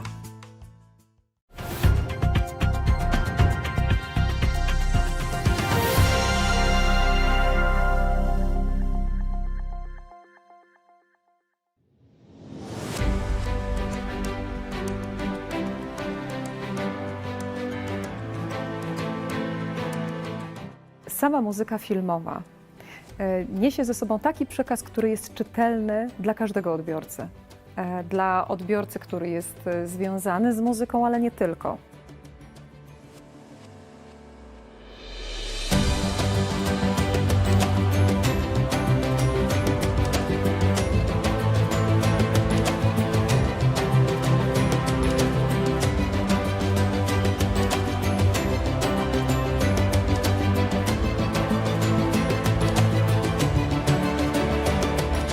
Projekt jest zbudowany z rozmachem, gdyż występuje Orkiestra Symfonia Baltica, wspaniały kompozytor, aranżer i jazzowy skrzypek Krzeszimir Dębski. Także jest tutaj naprawdę śmietanka.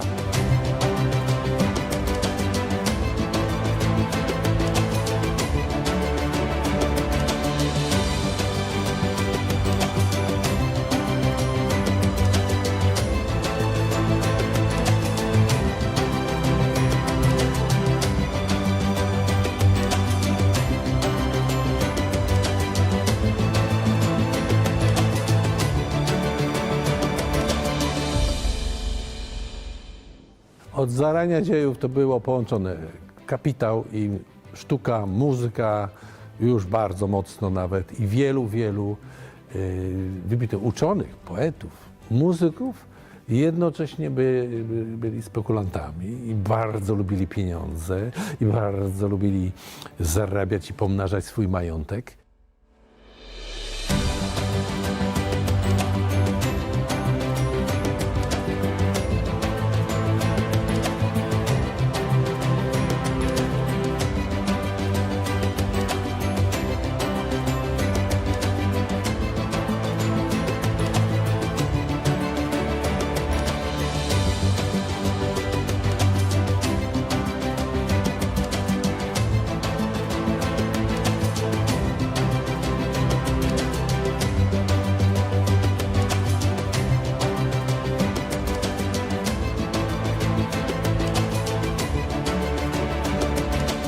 Jak dostałem zaproszenie do tej płyty, to właśnie nawet się tak zdziwiłem, ojej, jak dużo było oczywiście już tych filmów o pieniądzach, o inwestowaniu. I dla mnie to też, muszę powiedzieć, jako muzyka, który też oprócz muzyki klasycznej, ja bardzo lubię muzykę filmową. Będzie to ciekawe posłuchać tych hitów, tych najlepszych fragmentów z bardzo wielu znanych filmów.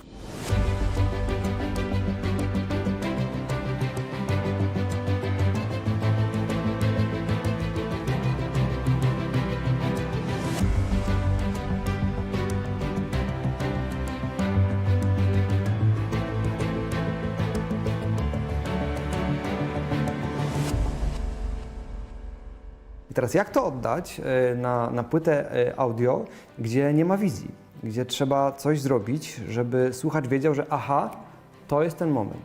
Mam nadzieję, że to się udało, połączyć nam różne style i różne gatunki.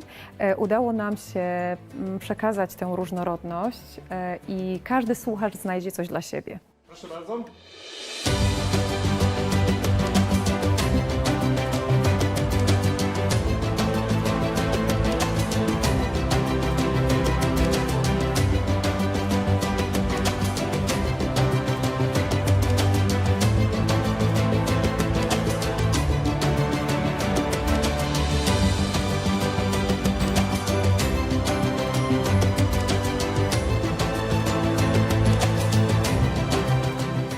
to może Państwo sami posłuchają i się przekonają, co tam jeszcze będzie, jaka będzie niespodzianka dla Państwa.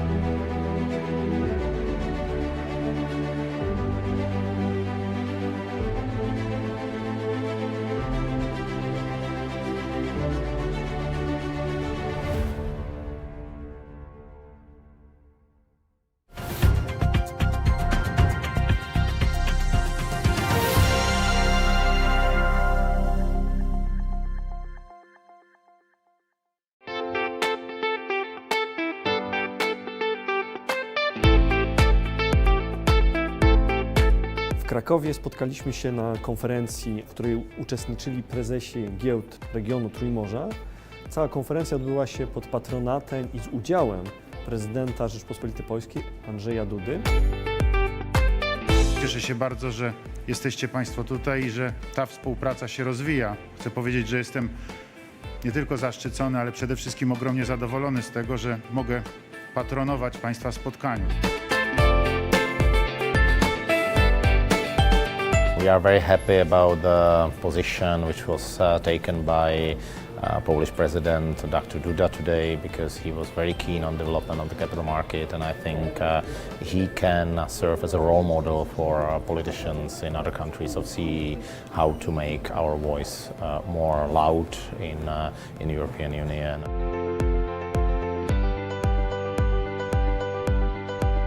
I think that what we are doing now with this kind of conferences, which are helping us better communicate between us, which are helping us to improve the communication, the capital transfers between our countries in this region, are going to be very positive on the long run. We are all countries from ex-communism countries which have capital market for 30 or less years. So we are quite new on this podium. We are on the same level of development of capital market. It all started from the scratch 30 or less years ago. And that's why I believe we should work together.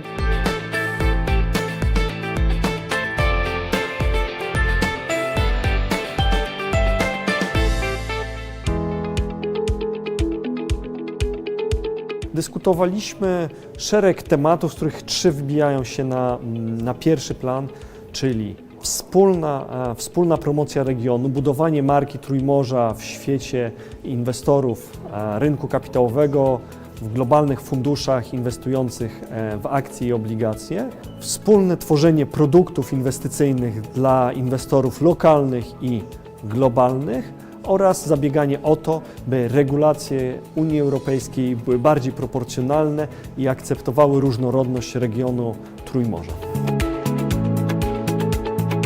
W kontekście tej konferencji bardzo istotną kwestią jest to, żeby nasi partnerzy z giełd z Europy Środkowej i Wschodniej poznali produkty informatyczne, które w tym momencie powstają na giełdzie i które w przyszłości będą komercjalizowane w regionie.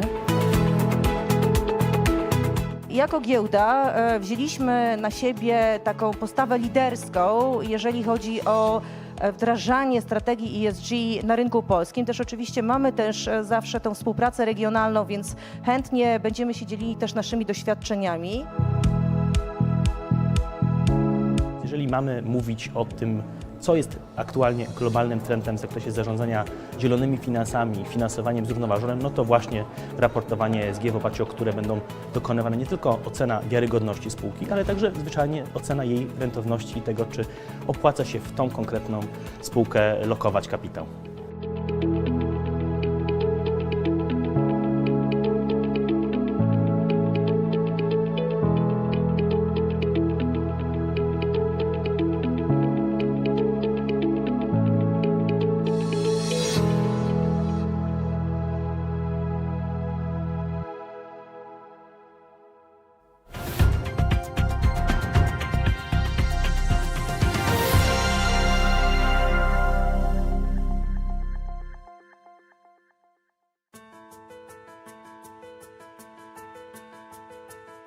Interesujesz się giełdą i chciałbyś zacząć inwestować? Pobierz najnowszą wersję aplikacji Giełdy Papierów Wartościowych. Aplikacja GPW to niezbędnik giełdowego inwestora, początkującego i zaawansowanego.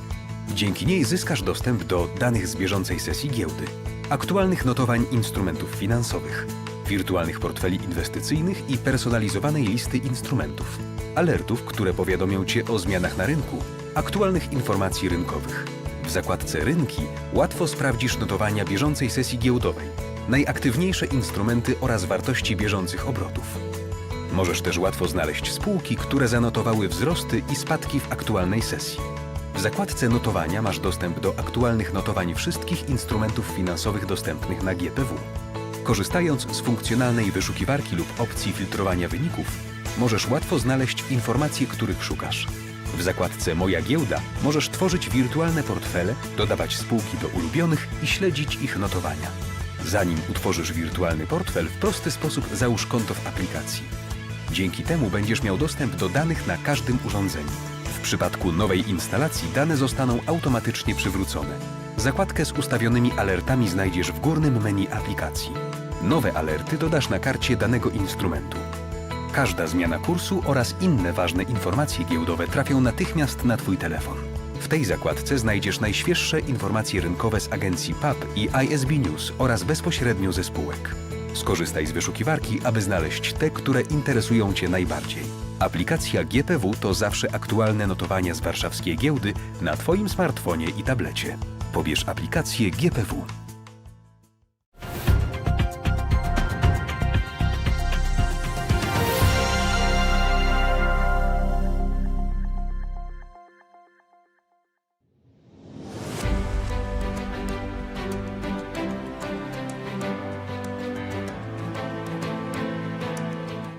Sama muzyka filmowa niesie ze sobą taki przekaz, który jest czytelny dla każdego odbiorcy. Dla odbiorcy, który jest związany z muzyką, ale nie tylko.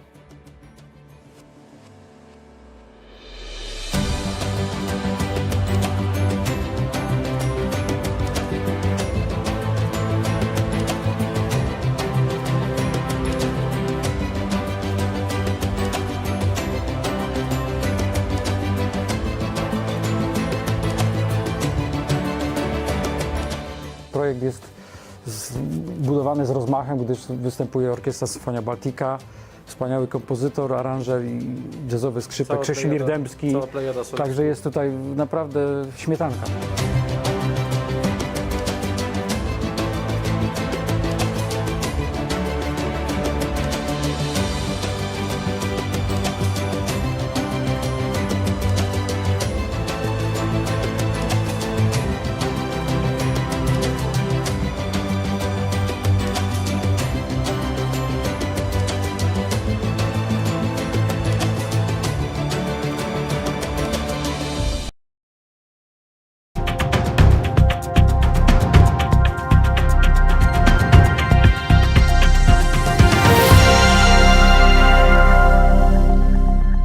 Witam ponownie po przerwie, szanowni państwo. Welcome Czas back na after the break. Ladies and gentlemen, it's time for the second part of the second day of the conference. We'll be starting with a presentation by Paweł Nierada, first Deputy President at the BGK Bank.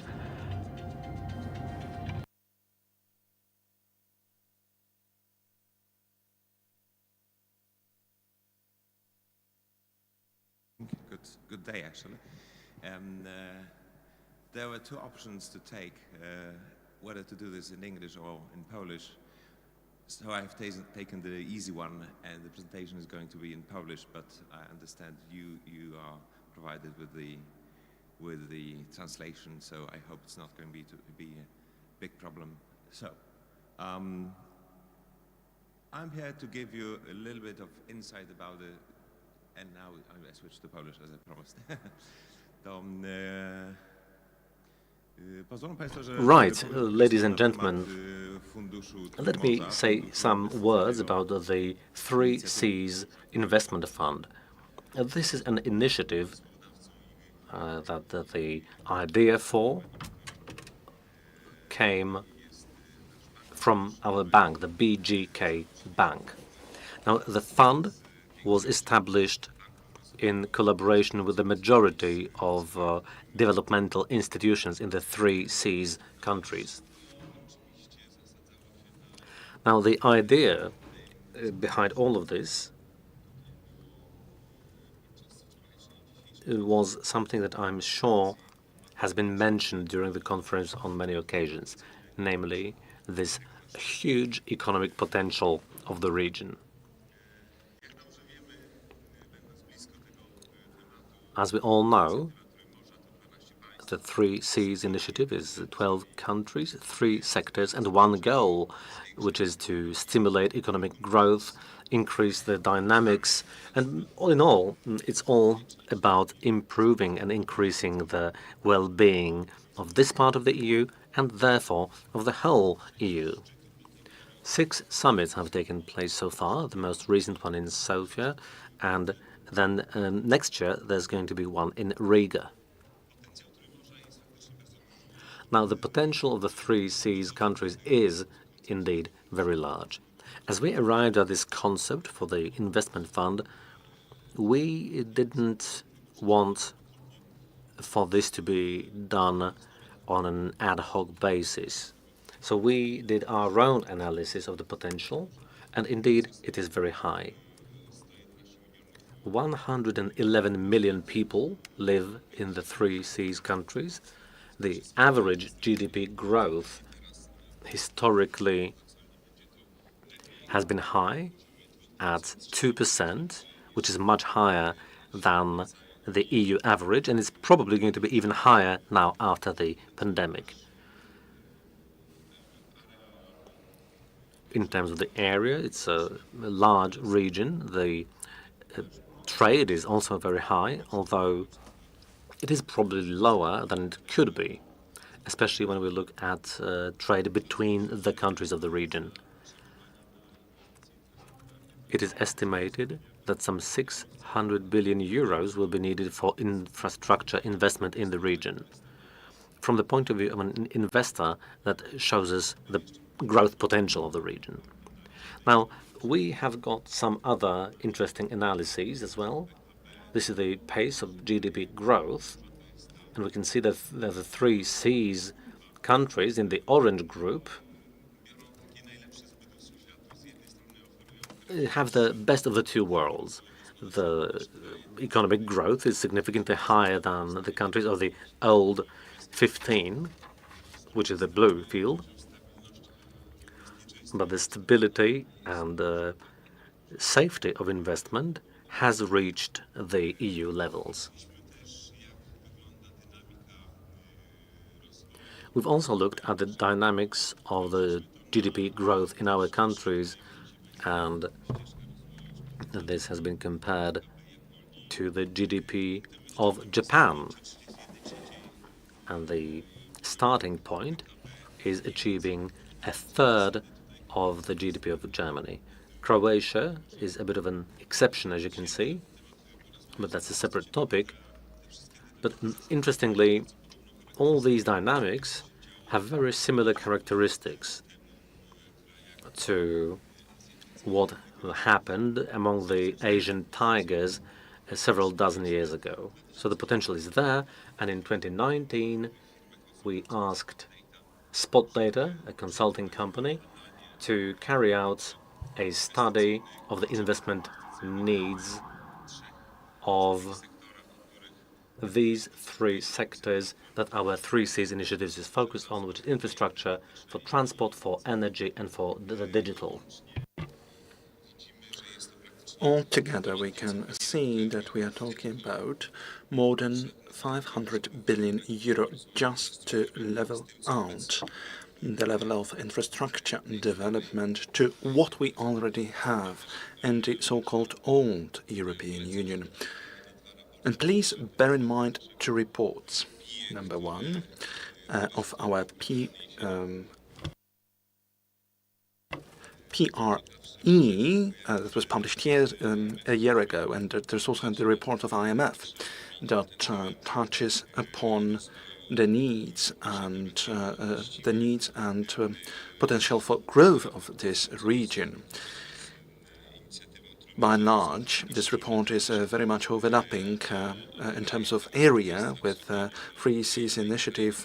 It encompasses also Eastern Partnership countries, be it Ukraine, for example. But the overall conclusion is we need to invest in infrastructure. That needs to be a priority for this region of Europe, firstly. And secondly, this is investments in infrastructure that have in themselves huge potential, but they will also be translated into overall dynamics of growth.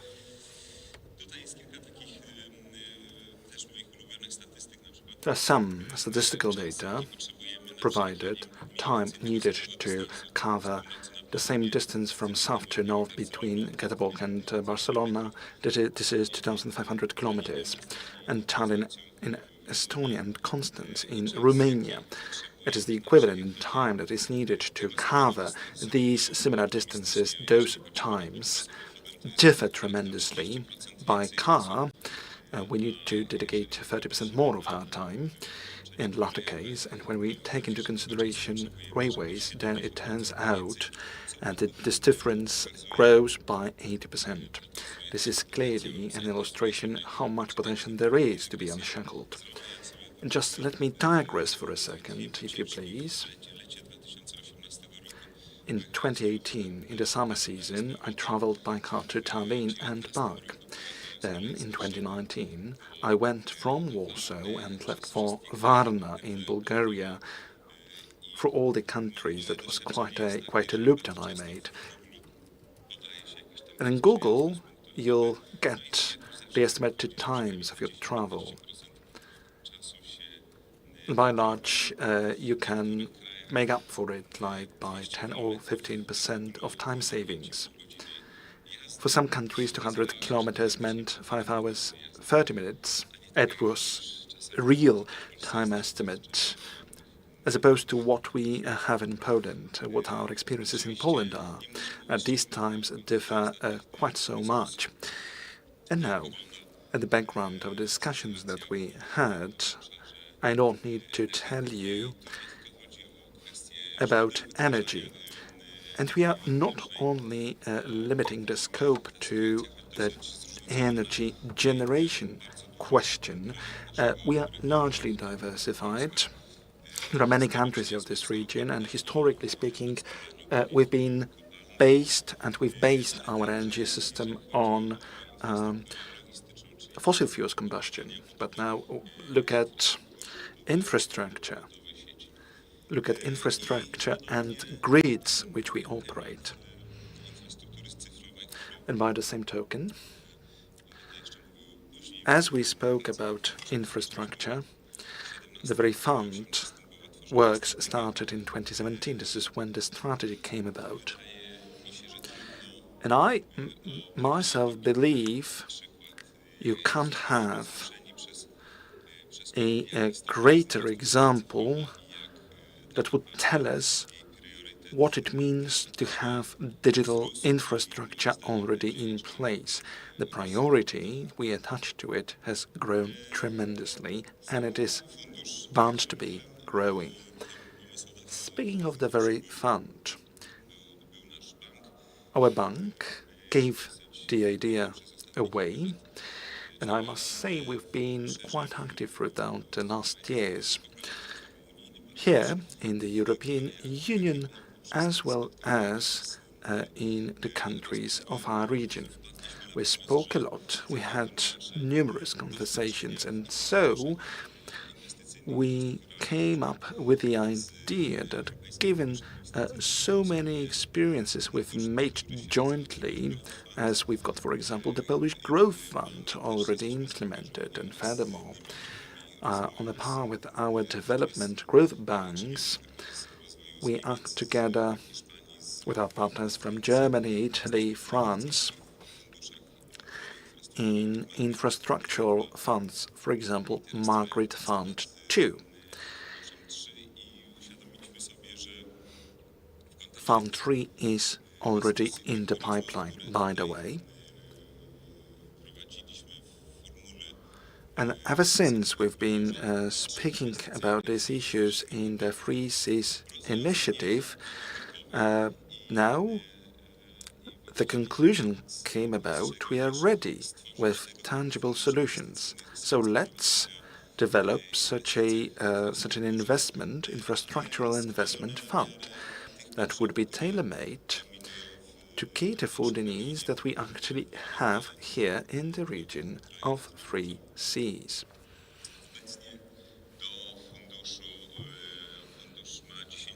Currently, we've got 10 shareholders,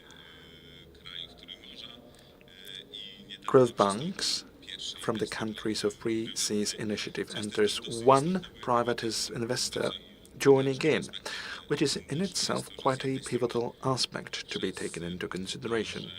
Please observe, as the strategy of the fund has been developed on the basis of cooperation of all the growth banks of the Three Seas initiative, thanks to this, we had this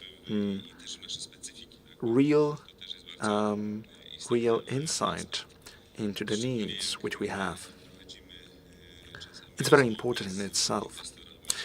And whenever we speak to investors from the United States, we stress, we are indeed a region, but a very diversified one.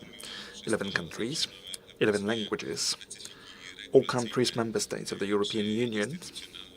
Nevertheless, we still have certain differences in terms of regulations, in terms of legal landscape. So to reach a consensus is not always easy.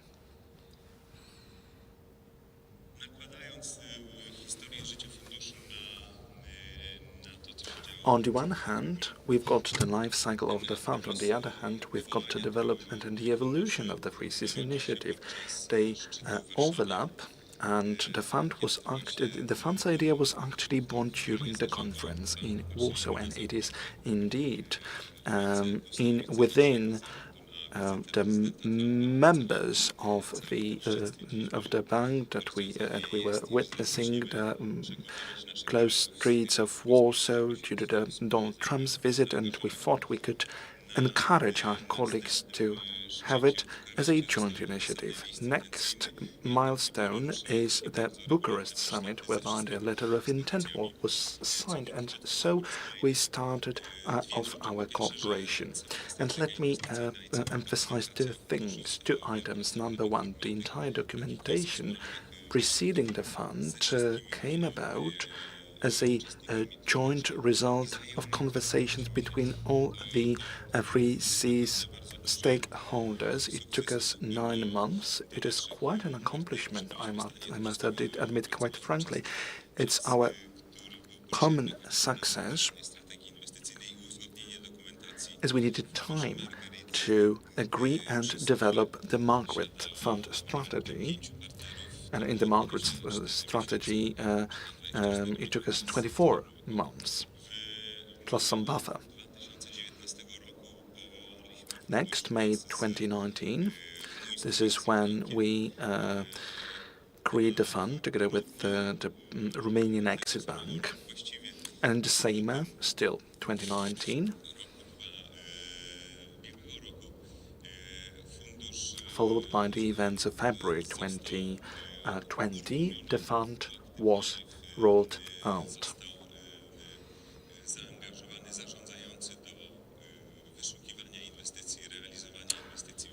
We've appointed Amber Infrastructure to manage the investors' relations, and it is important to note we had quite a nice celebration in Riga to inaugurate the activities of the fund, and it preceded the pan-European pandemic lockdown,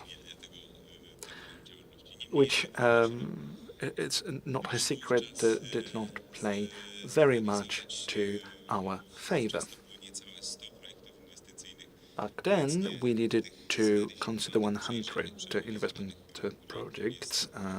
It's changed now, as we've reached the level of 200 overall. First investments were already implemented in 2020. For example, a cargo unit, as well as one green energy-related enterprise.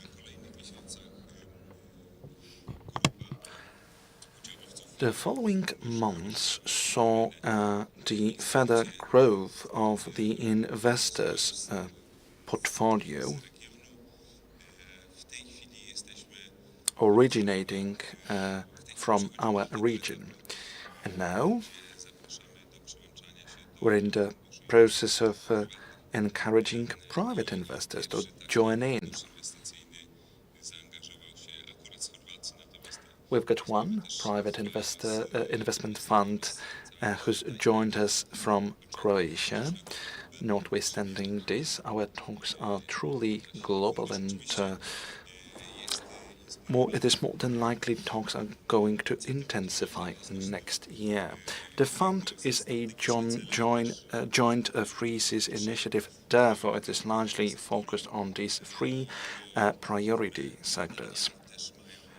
The overarching goal for the fund is to further added value. Therefore, we largely prefer greenfield initiatives, key supply chains, as well as expansion of critical infrastructure. And furthermore, we want to streamline the cooperation channels within the whole region.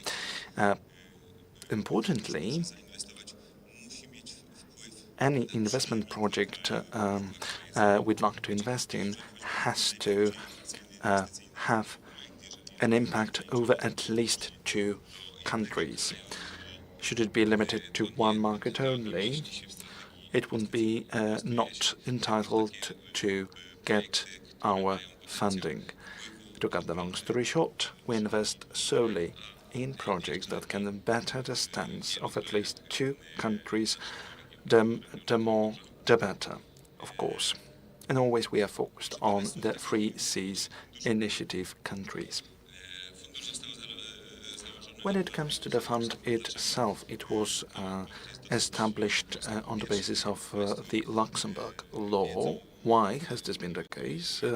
I'm rushing to explain. We are speaking about the total number of 12 3 Cs initiative countries. Therefore, it's easiest to find out some common denominator for all these countries so that we can ensure transparency of the process to one end, and to another end we can facilitate mutual understanding in between the parties. And thus we have decided to go for Luxembourg, and Luxembourg law is pretty legible and it's easy to grasp, and this is quite a natural move when it comes to establishing investment funds. And bear in mind that we are now in talks with global investors so that they can join in, and it is far easier now as it would have been should we have start explaining to them intricacies of the Polish legal landscape or Romanian legal landscape where they might not be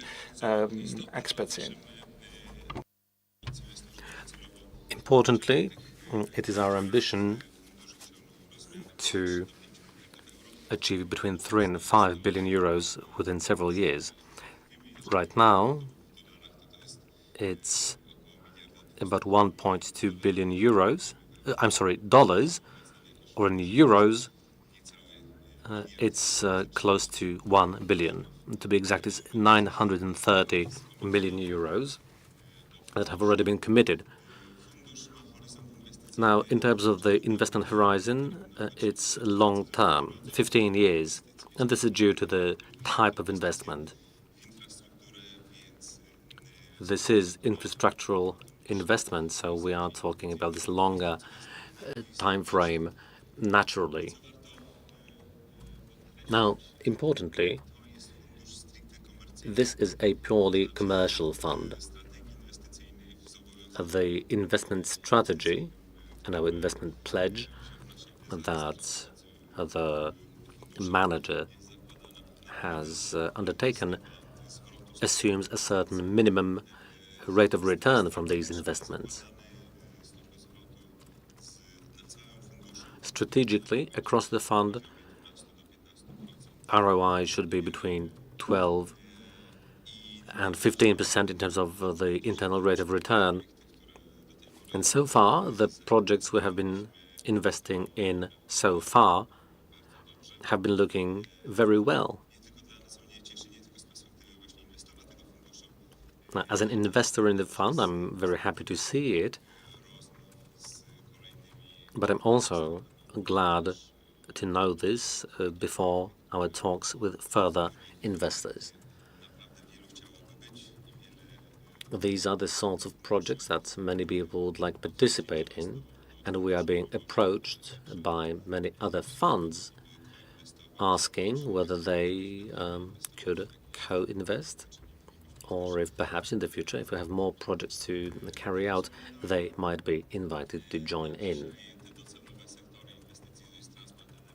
Transport, energy, and digitization are the 3 sectors we are dealing with, 40%, 40%, and 20% correspondingly. Now, in the light of the recent events, the COVID shock, and all the changes, I suppose we might be well advised to make this strategy more flexible. My private opinion is that the weight and the potential of the digital sector is now growing very significantly.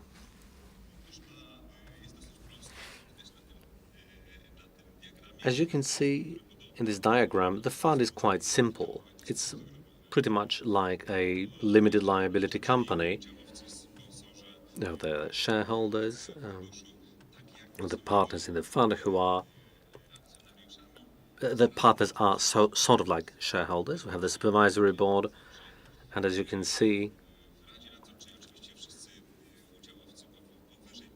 every partner with a certain minimum amount of involvement can delegate a representative to the board, but according to the Articles of Association, the representatives of every country in the 3 Cs initiative can also sit on the board because they participated in preparing the strategy, even if they are not shareholders at the moment. The Czech Republic is a case in point. The representative of the Czech Development Bank is on the supervisory board, but due to the legislative process underway over there right now, and due to the restructuring of the Czech bank, their practical involvement will probably be something that we have to wait a few months to see. 10 institutions are represented on the management board. They are the partners in the fund, and the auditor, in terms of all the formalities, well, this is done by some of the top global auditing companies. Ernst & Young is our legal auditor. Cameron McKenna for the administrative part, and Credit Suisse is our depository bank and administrator. To your left, you can see the investment process. Now, this is a very important attribute of the fund because the project analysis and investment process is done completely independently. In particular, it is independent of the partners, the shareholders. Now, to make sure that the investment is in line with the investment strategy, we have the manager, the fund manager. That obviously is his or her task and his or her duty vis-à-vis the partners and the regulator. And we also have the investment committee that consists of 2 representatives of an infrastructure, 1 representative of the manager, and 2 independent members. The independent members are independent in the auditing sense, which means that they are not connected to any of the entities, especially Amber Infrastructure, whose duty it is to find and evaluate investment projects, but they're also independent of us. Now, the reason this is so important is that when we talk to many private investors, the question that comes up a lot is, very well, but you are, to some extent, state-owned institutions. Our bank is a state-owned bank. That's true, but we operate under the regular law, banking law. And in some cases, like Estonia, the involvement into the fund is done directly from the state budget. So the natural question that arises, or the doubt that appears, is, very well then, if we enter the fund, what guarantee do we have that these investments won't be swayed by politicians? And as private investors, we are not interested in politics. We want to do proper investment and we want to generate ROI. Now, this mechanism is the very thing that makes it possible for the process to be transparent, independent and to be strictly commercial. Now, I would like to come back to an issue or a point I raised before. It's not a grant-giving fund, it's not a quasi-administrative fund, it's a commercial investment fund whose investment strategy was inspired by the idea of the 3 Cs.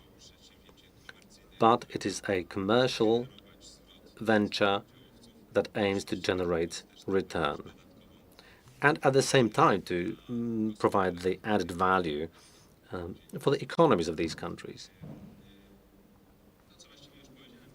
Now, this is something I said already. That's the investment process, which, as I said, is quite typical. Just like in any private equity fund, the investment advisor will look at different projects, and if they seem to be attractive and meet all the criteria, then due diligence is carried out. If afterwards everything still is okay, then work begins on providing the necessary structure for this particular transaction. As you can see, we have the Independent Investment Committee, which verifies the project twice. First of all, to see at the very beginning whether the project seems to be interesting enough to even be interested in it, and do the due diligence and all the other analyses. And then they come back again right at the end before the final go, before the final green light.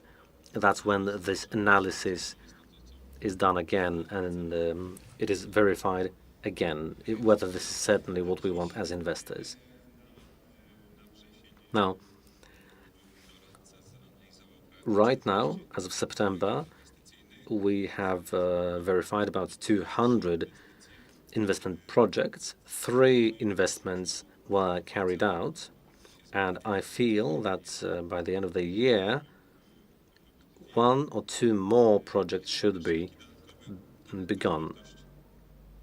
Now, this is an added value of the fund, really.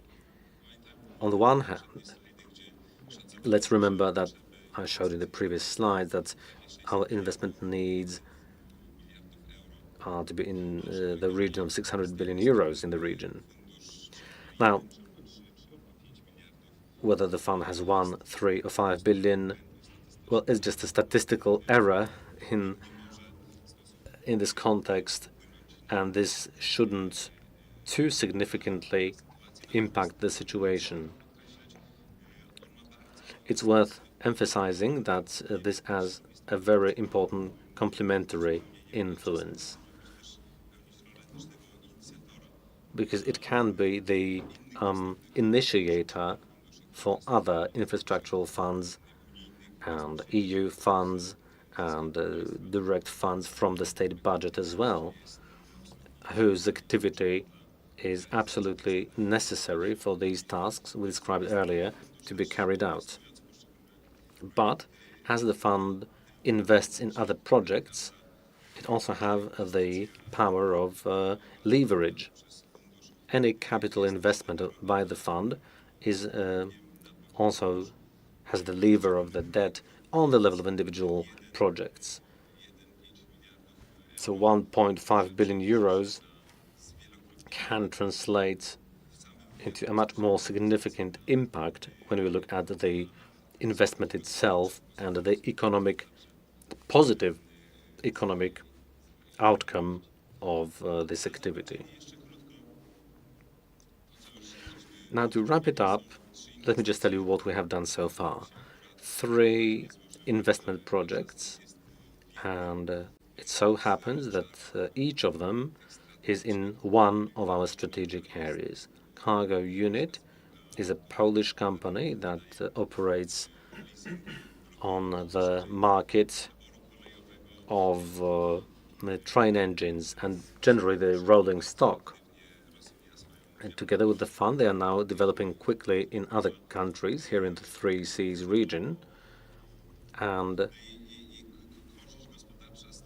the economic benefit from things like this is very high. Large petrochemicals like Orlen and others have a lot of demand for logistics services and railway services. Cargo units are able to provide these solutions to them as a ready-made product. So Orlen or any other company like that doesn't have to worry about the availability of train engines and whether they are being used or can be used or not. So the benefits are tremendous. First of all, vis-à-vis direct costs, but also looking at the things like the efficiency of a particular train engine. The statistics we have seen showed that if a company owns a train engine, then the availability can be as low as 60% because it keeps breaking down. Maintenance is complicated. But here, they have a guaranteed availability of over 90%. Now, then we have green energy, which is another very interesting and very modern project from Estonia. It's a data center, and as we all know, we don't have cloud infrastructure in the region. Data centers and cloud services are absent from the region, or at least not present to the extent we would like them to be. But another good aspect of that is that the way this has been created is all of the energy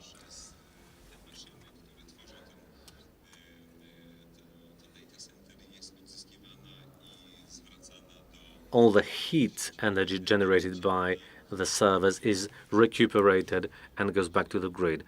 So that's for heat. Mostly this is about heat generated by these computers. This is recovered, recuperated, and on the one hand we've got the cloud solution, and on the other hand we've got like a small heat plant which makes our energy mix more green, and that will also be developed in the 3 Seas countries.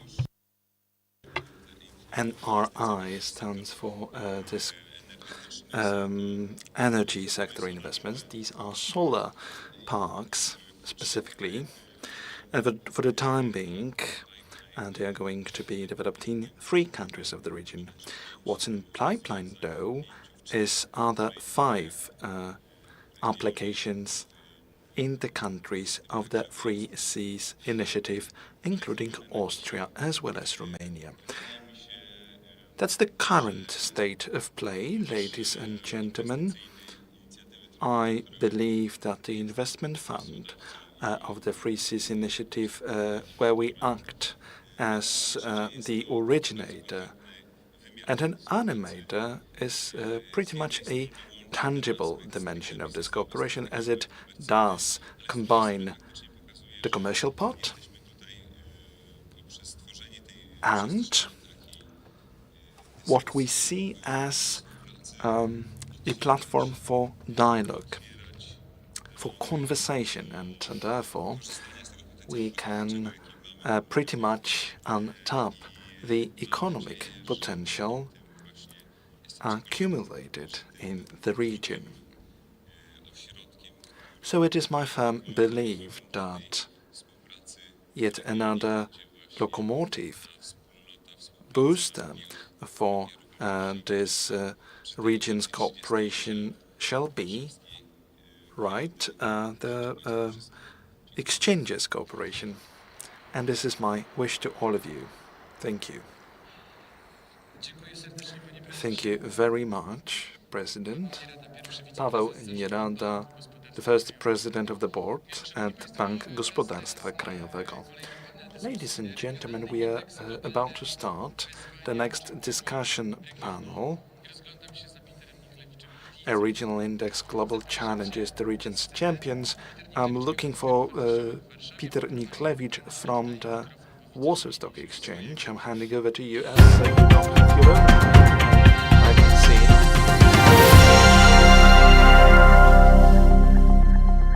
Good afternoon, everyone. Can I welcome up to the stage 4 distinguished guests? It's Marius Dan. Hi. Uroš Ivans.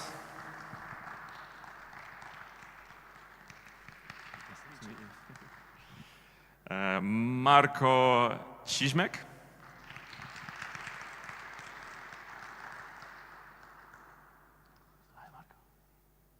And Robert Kubin, please.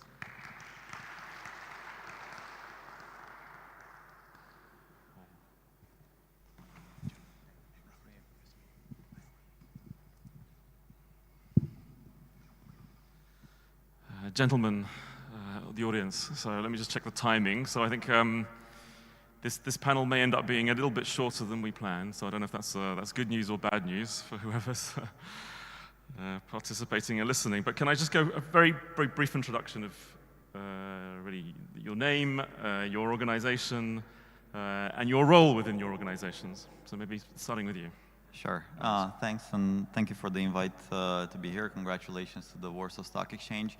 My name is Marius Dan. I'm Deputy CEO for Franklin Templeton Investment Management in Romania, where we manage Fondul Proprietatea, which is a $3 billion closed-end fund listed both in Bucharest and on the London Stock Exchange. And my role is corporate strategy, investment strategy, as well as investor relations. Thank you. Hello, everyone. My name is Uroš Ivans. I come from Triglav Group. I'm CFO of the group.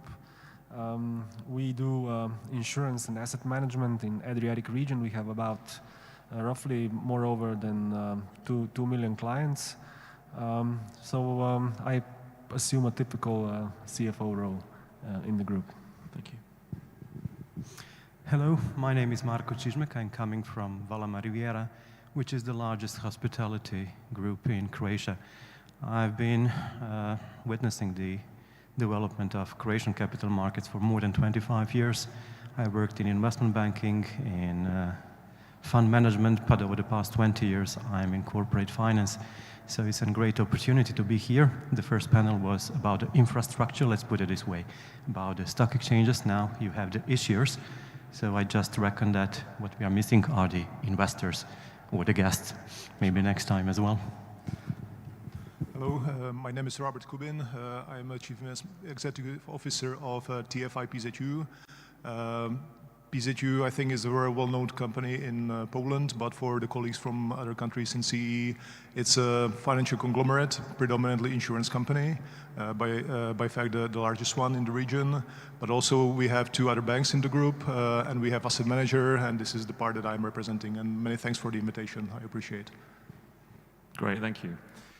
So the name of the panel, a regional index, global challenges, and the region's champions. What I want to do for the panel really is take a multidisciplinary approach to it. So we're not just going to focus on the index, the global challenges, the region's champions, but really have almost a workshop style of panel discussion. You mentioned, Marko, that there are a couple of issuers. Actually, there are a couple of investors as well on the panel.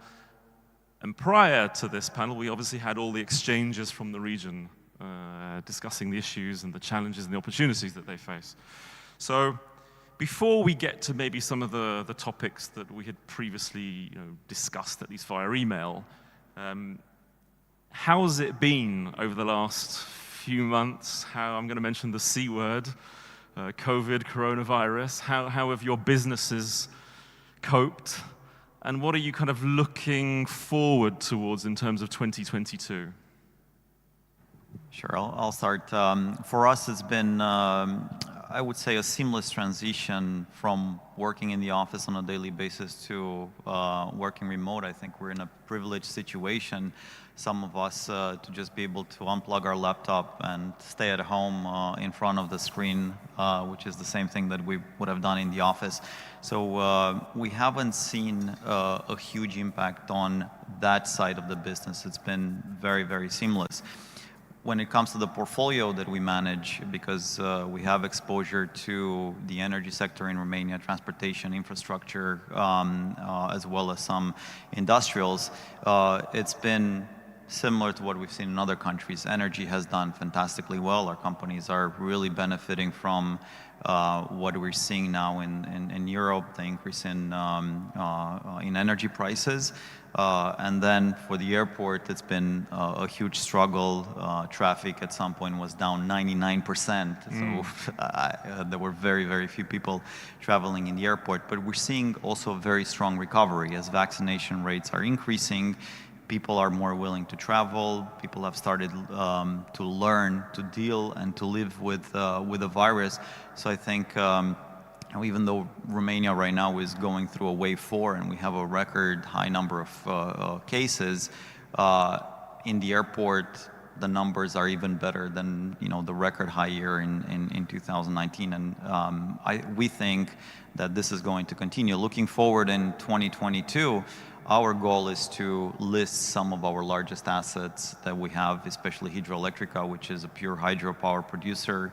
And it should be, if not the largest transaction in Southeastern Europe, then definitely one of the largest. And listing on the Bucharest Stock Exchange. On the Bucharest Stock Exchange and potentially on another stock exchange, just because the size of the deal is massive, is a few $1 billion. Thanks.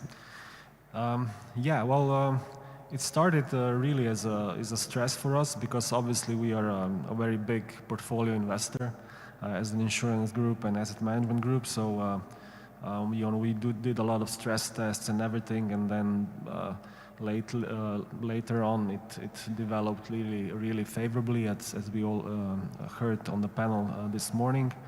But from this business continuity, it was, must say, a positive surprise, actually. We managed to transform pretty much overnight all the investments in technologies and processes that we did before COVID crisis and that we struggled to implement and sell internally and to the clients flew immediately, and that really helped.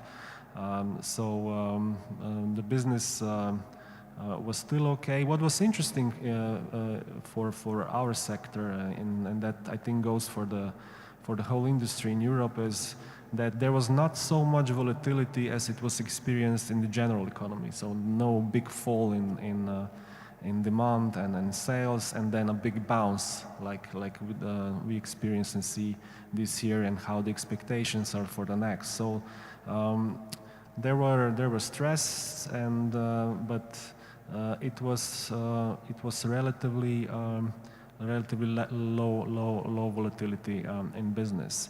Otherwise, we push really forward now this what we call a transformation of our business, because we are moving from one hand to what used to be a pure financial protection business, and it's now really becoming a service business, solution business. And on the other hand, trying to position the whole industry, and we cooperate here a lot with peers also in this newer digital world, where we have some challenges as a business. And to name just one reason, clients do not interact with us as regularly as they do with other institutions in financial world, and that is the challenge. Okay, thank you. Marco? It works? Yeah. So you can only imagine that it was a hell of a ride for the hospitality industry over the past, I would say, 2 years.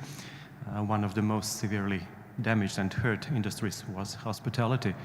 But being the role model company before the crisis, I really think it also helped us to be the role model company in the crisis years as well. So maybe to put it more into figures, on a creational level, hospitality industry level, I believe we lost roughly 70% of our revenues in the course of 2020. But talking about 2021, the average loss compared to 2019, once again in terms of revenues, was solely about 20%. So there was very, very fast recovery. And what we have all shown is that hospitality will and can survive even in rather severe pandemic conditions. So what I really have to say is that in terms of investors' perception of hospitality, there was also a sudden change. So we were one of the not wanted industries in the course of 2020, but this year has seen again a recovery. What will happen in the course of 2022? Well, we all hope for the best, but this is not solely up to us. What we are witnessing these days specifically is very, very strong bookings for the next season, which, by the way, has a lot of things to do with our capacity of traveling. So without any harsh restrictions, I believe that hospitality and all of the other industries which are related to hospitality will start flourishing again. One final remark. Please bear in mind that hospitality industry in Croatia does account for roughly 15 to 20% of nationwide GDP. We still struggle to figure out whether this is too much or not, but at least this is the fact. So such a strong dependence on one industry in Croatia is something that we all have to bear in mind, and I believe we also have to nourish in the years to come. Thank you, Marko. And for us, basically, if we look at the operations, I think we experienced similar thing that experienced my colleagues. So we, started being, let's say, completely digital. Before COVID, everyone went to the office. After that, we all worked from home. Technically, there was no problem whatsoever. Obviously, it was not easy to get stuck. For months at home, without the ability to go basically anywhere. But we coped with that, I think, quite well. And in terms of businesses, actually 2020 was, to probably everyone's surprise, really, really good year for us. We have two types of clients. One is the internal PZU money, and the second one is the external client money. On the external side, we experienced basically record sales. I wonder why it is. Probably, it's because people were at home, they couldn't really spend, so they started investing. And at the same time, our funds also had a really good performance, which was supported by, first of all, we hope that we do the job well in terms of investments. But second, there was a lot of expansionary monetary and fiscal policy, so that helped a lot. And on the side of managing the assets of PZU, of the insurance company, we also had a record year. The performance was really, really good, supported by those factors that I mentioned. But on top of that, we, because we are a prudent investor, we do analyze the risk. We do analyze the risk over the business cycle. So any drop down or increase of risks should not be too much of a surprise for us. But at the same time, we were repositioning the portfolio to the changing economic activity of Central Europe and the world. And obviously, as we see, there are industries who are doing really well. Some of them extremely well, and some industries are not doing that well. And it's the role of us, a manager, to position the portfolio to the industries which are benefiting, right? And this is exactly what was happening for PZU assets. So ultimately, it was a really good year, I have to say. Okay, so some optimism in the air. Yeah, it was, yeah. Look, before we get to start talking about maybe marketing, the region, the index, I can't remember which one of you, but there was a question which I noted down that one of you sent to me, which is what makes a CEE-listed company successful? So starting from that issuer's perspective, I don't know if one of you is going to take the blame for that question. It may have been Marko, I'm not sure. No, it wasn't Marko. There we go. Right, over to you. What does it take? Well, I think a successful CE-listed company, besides the business model, right? Because that's probably the most important point. But I think from the other qualitative things, what really matters is to have good corporate governance, to have a lot of transparency, and to be proactive from an investor relations perspective, because we are in a great region. But a lot of time, the global institutional investor perception of one country or one region is far worse than the reality on the ground. So it is our job as the management of these listed companies to make sure that we get in front of investors, that we attract them to see the country on the ground, to meet with the other team members of your company, to meet with other stakeholders so that they can understand the incredible value that is in our region. You know, we look at the valuations, and even though we've come a long way from a valuation perspective, but there is still a discount compared to the other developed countries' listed companies, and it's unfair, because if you look at the cash generation capacity of some of the assets in the region, it's incredible. The dividend yields, you know, it's unacceptable to see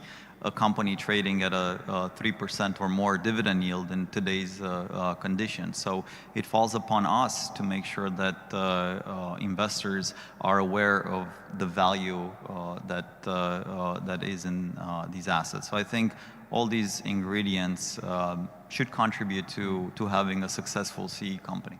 Okay. Robert, from the investor's perspective. I mean, I agree with all of that, definitely. And I think by far the most important factor is the structural changes of the economy. I mean, if you look at the Polish Stock Exchange, for example, at the main index, and you compare the companies that were, you know, part of the index 20 years ago, and currently, you see that there is a lot of companies that, you know, haven't been around 20 years ago, and now they have market capitalization of, you know, a couple of billion euros, right? And all of that basically is a new wealth that has been created. And as I was saying before, you know, there are parts of the economy which are, I mean, the whole economy is transitioning, and there are winners and there are losers, right?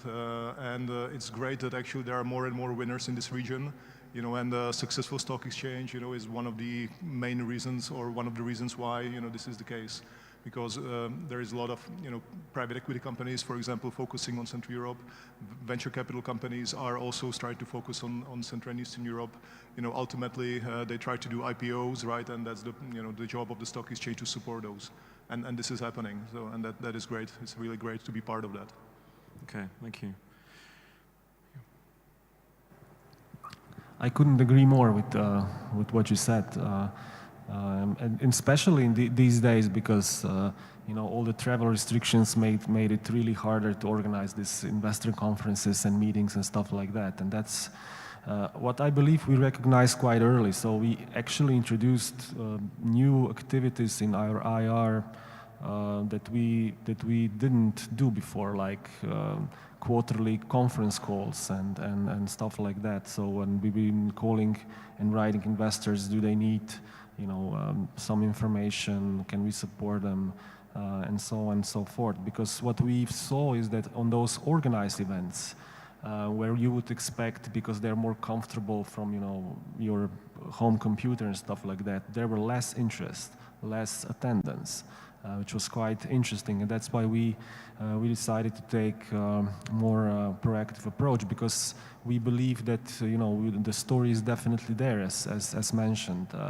We have a strong business model. You know, the profits are great these days in our business, and of course we are heavily regulated. But even with you know, the limitations that were put on us by regulators, we managed to pay out dividends this year. We have an attractive dividend yield, which is historically even higher than 5% in example, and it's a very important investment story of our stock. So communication is really important. I agree. Ross, just to, if I heard you correctly, you're saying that there were maybe more meetings, but there was less interest in, or less valuable, less meetings? Well, I wouldn't say there were more meetings. I think that the number of events organized by, you know, regional investment banks and stock exchanges were similar, but, you know, put online. But the attendance from analysts and investors of those events, I believe, at least to what we experienced, was a bit lower. And that's why we decided, okay, if there's less attendance on these organized events where we usually met the prospective investors and our current investors, you know, let's reach out and try to contact them directly through our own initiatives. Okay. I mean, just tracking back to maybe the previous panel and previous discussions that we've had about intra-regional investment. I mean, for those of you that are, well, I guess the investors, but also the issuers, you know, rough split of how much time do you spend marketing yourself within this region versus London, US, et cetera, and could you, should you, would you do more of it if there was a platform for you to do it?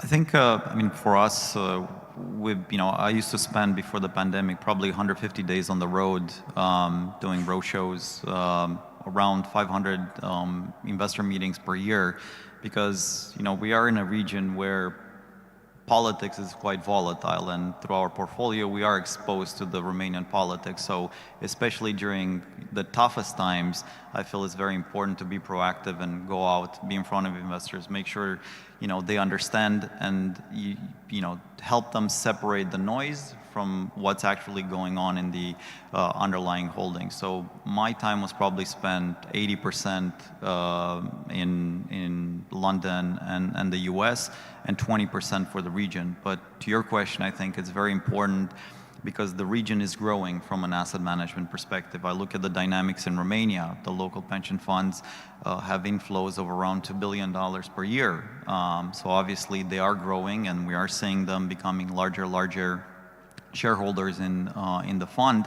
And there's a similar dynamic on the asset management side, where you know, inflows in mutual funds has grown tremendously. So there are always new investors in the region, and they're definitely worth spending time on and make sure that they understand the equity story. And you know, if you can travel, you always can leverage some great technologies that that have been developed. And I've been lucky enough to be included in beta versions of future technologies that really help listed companies and institutional investors get together in the virtual space, as well as to help them get in front once the travel restrictions get listed. But spending more time in this region, I think, is critical. And one of the other points that was made in the previous panel is marketing the region together and having a better cooperation between the stock exchanges to promote the listed issuers. I think that's very important. To do an investor day for the region in New York, an investor day in London, we do that, you know, we used to do that every single year, and we've seen huge benefits for the entire Romanian capital market. We did it for ourselves because we're one of the largest issuers and have a diversified portfolio, but we felt the benefits for the market. Okay. And your, you know, extra region versus intra region, what is the kind of split, and how do you think about that? Well, in our example, I would say it's more 50-50, or even more in favor of CEE. Maybe that is also the fact because our current institutional investor base is relatively strong CEE. Yeah, I mean, it's the response that we get is usually quite positive, but we also try to, you know, just pack our bags and go on the road in the CEE region, whether it be Austria, Poland, especially those two centers, Croatia, of course, because as I said, we also have important institutional investors regionally from Croatia, are important partners there. And otherwise, I think, you know, this is probably something we will discuss later, but you know, once you step out of the region, then this unification and presenting as a joint region approach, I think, comes forward, because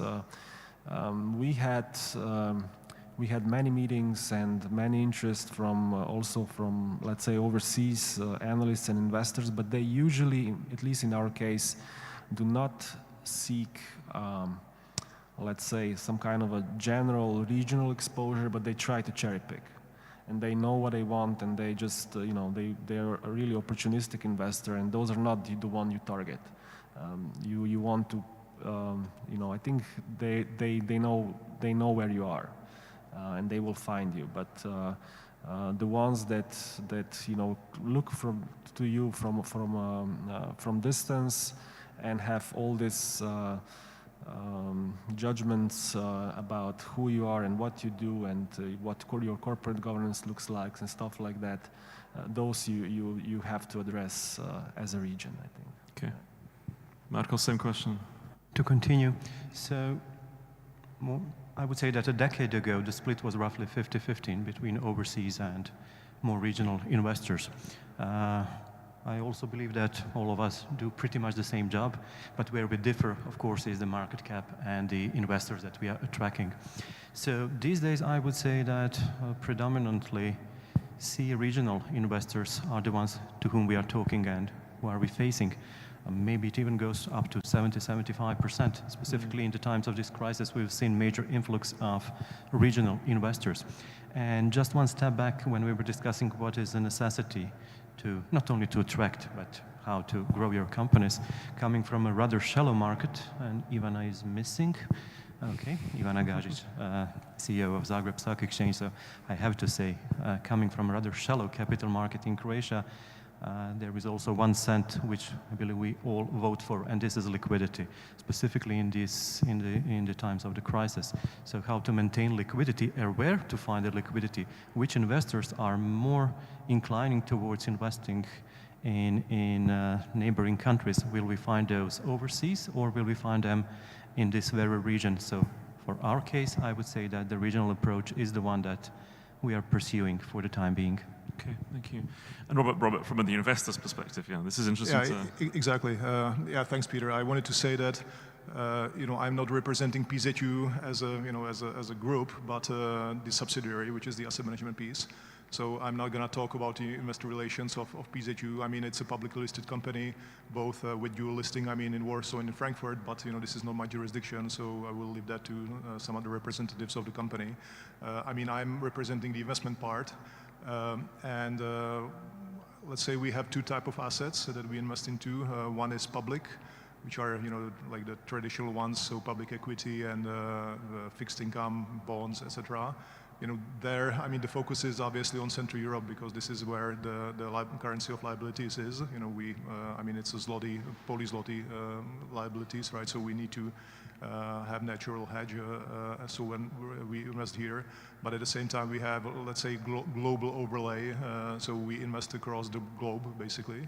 So and then the other group of assets is private assets. Apologies.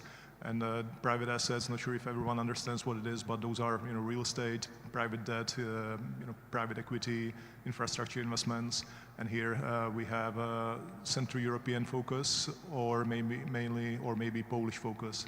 The reason for that is that we tend not to outsource these asset classes, and this is our knowledge. We specialize on Central Europe, we specialize in Poland, and why we specialize in Poland? Because this is the biggest market, right? So there are the most investment opportunities here. So that's one part of the answer, Peter, and the second part of the answer is maybe the client perspective. So far, or financial companies or financial service companies typically manage clients in their home country.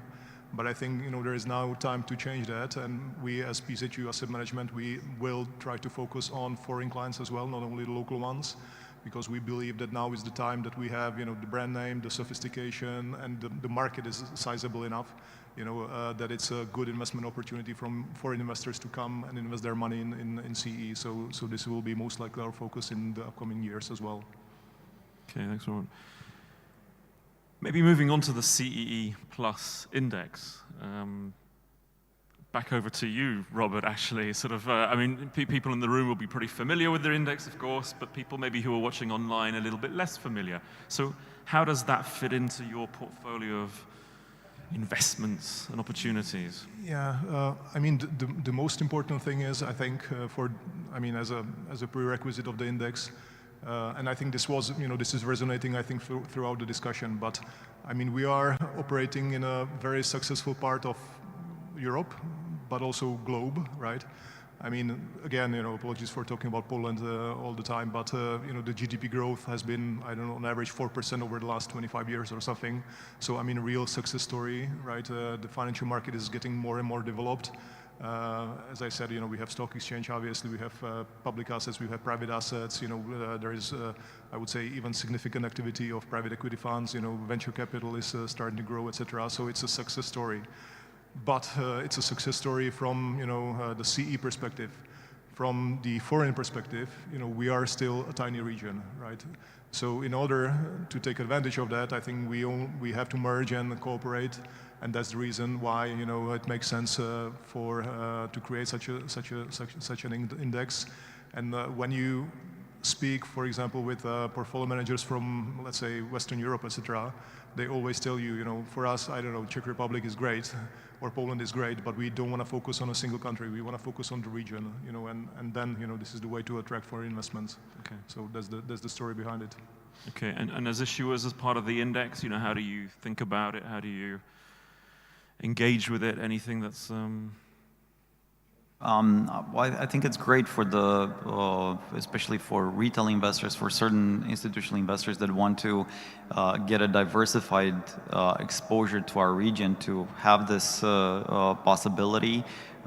It's fantastic, and we are seeing a lot of money going into passive products, and I think that trend is here to stay. It's going to continue. So getting part of that money and attracting it into the region through an index is a fantastic opportunity. Okay. From your side, yeah, Marco. Talking about this very index, I believe it deserves much more attention and promotion.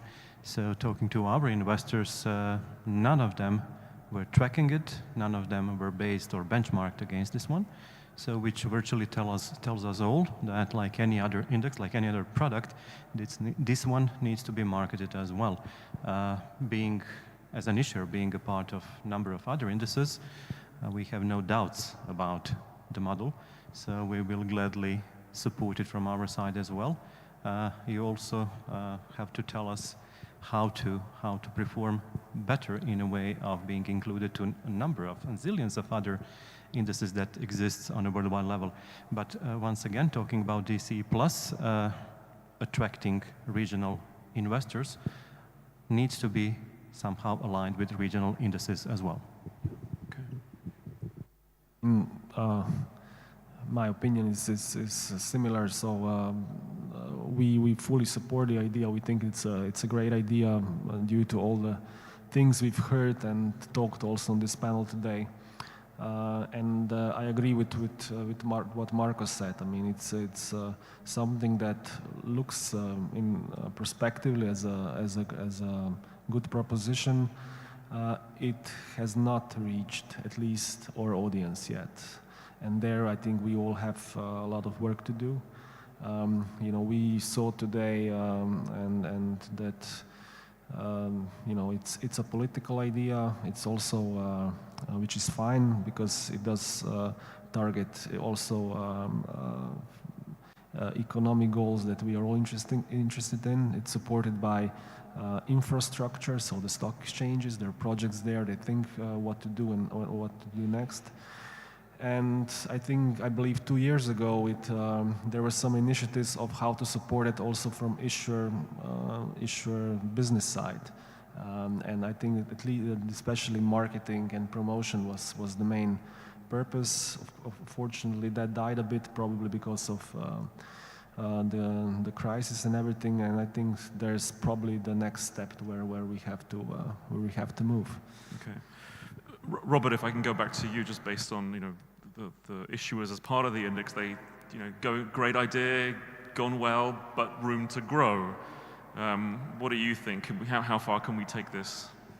Yeah, I agree with the colleagues that it's a good idea. It needs to be more marketed, I would say. And Peter, probably that's all I can say about it. I think it's just a matter of time, but marketing activities are important to bring in more public. Yeah. Okay. So we're all agreed, I think this panel and the previous panel and probably most of yesterday, that we need to do more, all of us together, separately and together. Opportunities to communicate the benefits of and the opportunities of the region. the exchanges are still in the room. Is there anything from the issuers or investors' perspective that you may want to communicate to the infrastructure part of this chain? Anything that you would suggest that we do for you, as one of the chief executives mentioned earlier in the earlier panel, that listen to your clients, and in some ways, you know, you're the clients. So what could we do more of to support you guys? I'll start. From my perspective, you know, the stock exchanges in the region have each independently have done a really good job trying to grow their market, supporting the issuers, supporting the, you know, we have a terrific partnership with the Bucharest Stock Exchange and promoting Romania, doing investor days in London and in New York.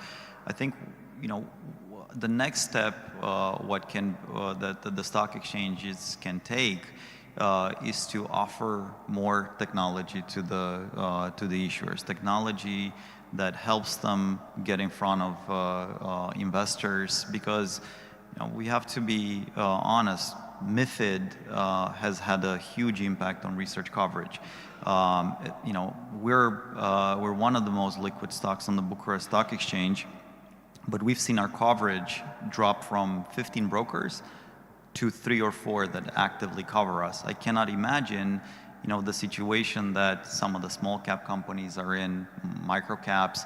You know, there are terrific companies. They have a good business model. They have great management. You know, these companies need to be helped by the stock exchanges to get in front of the investors, and offering them, creating partnerships with some technology providers that can be provided for a short period of time. You don't have to, you know, endlessly pay for some technology for all the issuers, but at least for 1 year, I think that can be a huge step forward in helping the issuers feel that, you know, they're getting a benefit, you know, something back for the fees that they pay for being listed on the stock exchange. Is a very small token of appreciation, because these technologies, I'm sure, that can be leveraged, they're not that expensive, but it can go a really long way, and it can help the stock exchanges as well when they go and try to attract new issuers. You know, this is part of our offering. This is how we will support you after you're listed. You have this technology suite at your that is available for you. Okay. I'm going to make some notes. I'm sure other exchange people are also making notes, the technology to help the issuers. But just to put you on the spot, what would be like the thing that would be really useful for you? Is there, I mean, if that's a fair question, from that suite of possible technologies, an example of what might be useful? All right. I think, you know, I mentioned I've been a beta user for one technology, and I think it's going to be really transformational, and I see that platform as being one that can be very easily leveraged by all the stock exchanges in, you know, not only our region, but probably the world. It's called roundtableapp.com. You can join the mailing list right now, and they'll offer you access to their beta version. I'm actually, you know, I'm very technologically savvy, and I've tried a lot of solutions. I've looked a lot of CRMs. I've looked a lot of very different platforms. I just cannot get myself to spend the amount of money that some of these providers are asking for. And I think this one is really going to change the way that investors and issuers interact with both investors as well as the sell side, because it's not restricted to anyone. Right, okay. Uroš, from your perspective, you know, anything that the exchanges could do for you? No, I agree. I mean, we also have a great relationship, and the issue of you know, the fact that the coverage has dried out now in recent years has been on our table in the discussion at the stock exchange all the time. And we have been also offered several initiatives also from the stock exchange. We haven't implemented any of those yet, but I hope and believe sooner or later we will we will find a solution that will work best for both sides. What else? Maybe something that we've heard today is also very important, especially for less liquid markets in the region, like Slovenian and Croatian one, is this common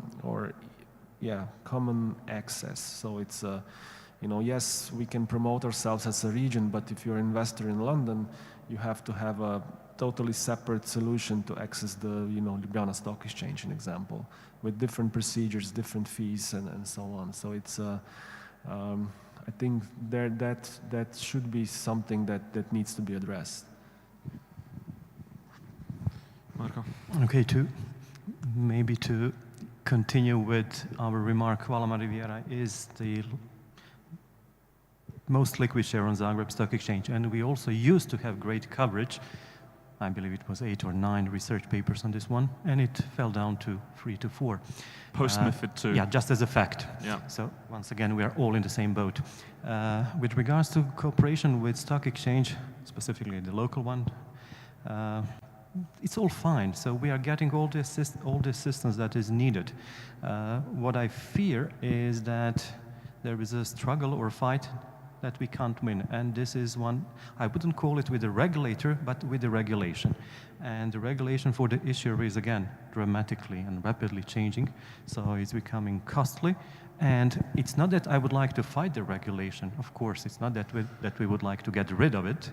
But the question is, really, does it serve the purpose? And from the previous panel, if we are, at least my company is rather guest-centric, I believe that the capital markets should be also client-centric organizations, formations, whatever. So how to pay attention to investors and issuers against the regulation, this is something which bothers me to a great extent these days. And I really don't know how to win this one. Sorry, one more remark. Yeah. I believe that CE region is somehow lagging behind when it comes down to ESG, not only reporting, but attracting ESG financing, funding as well. So we've been witnessing that the West world has done a huge step towards ESG, and it's coming to our part of the world as well.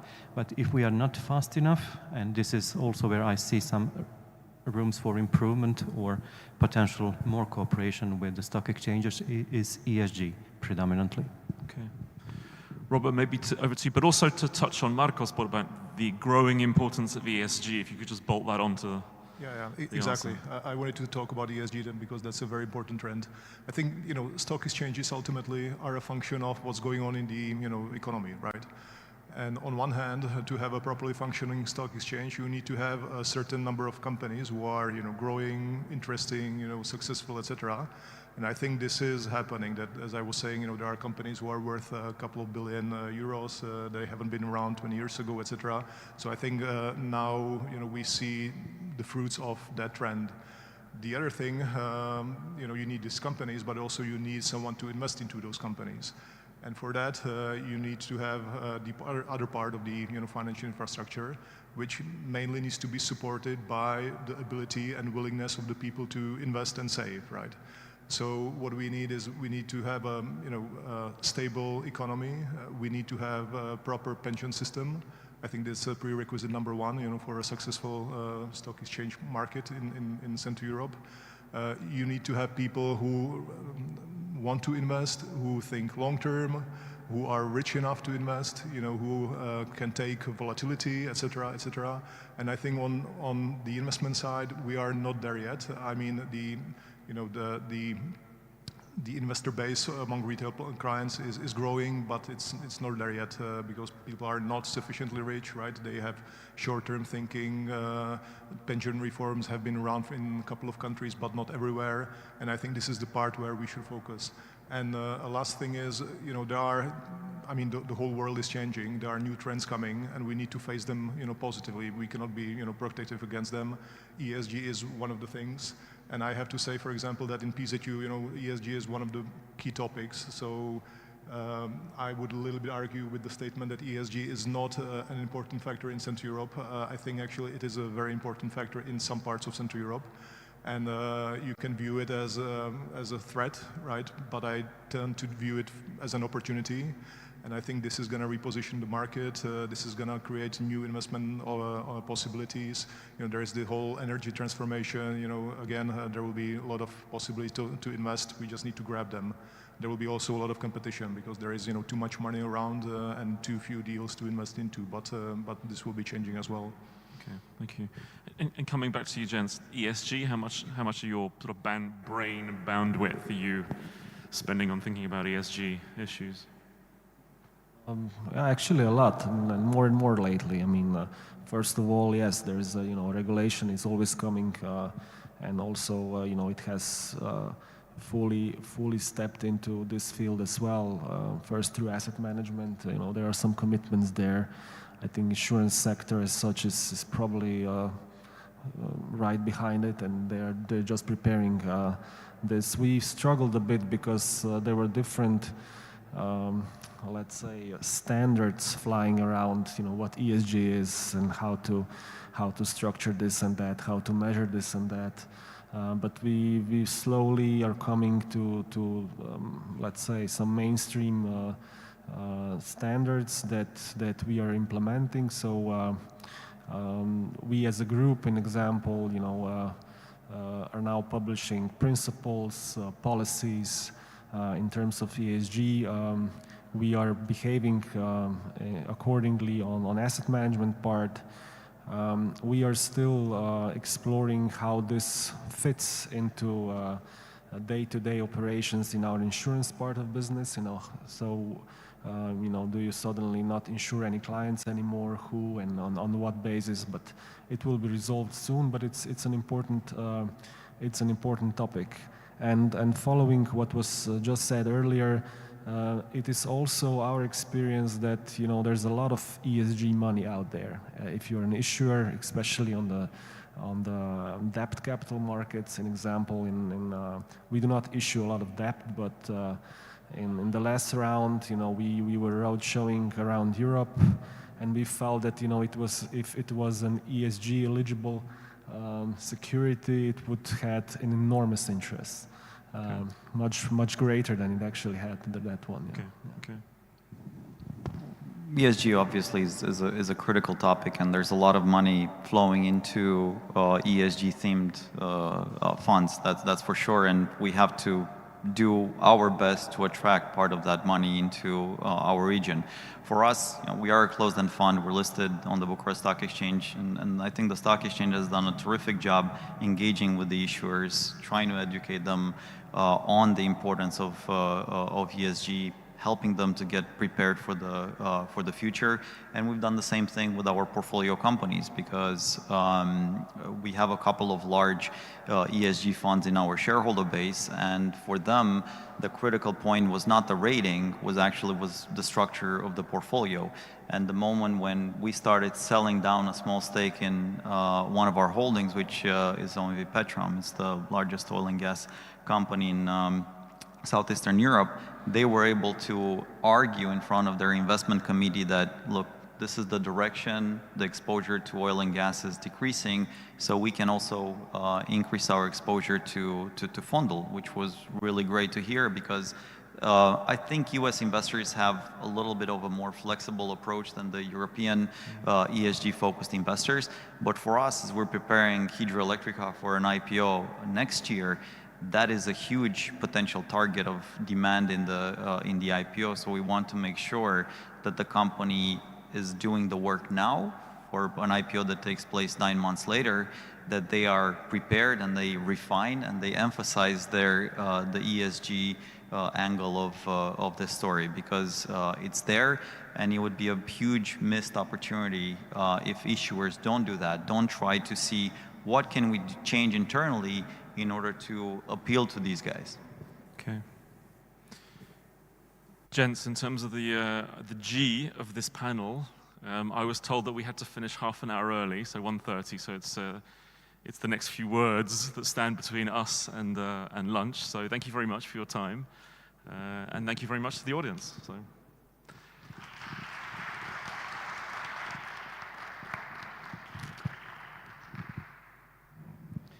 Peter Niklewicz, dziękuję serdecznie. Peter Niklewicz, thank you very much.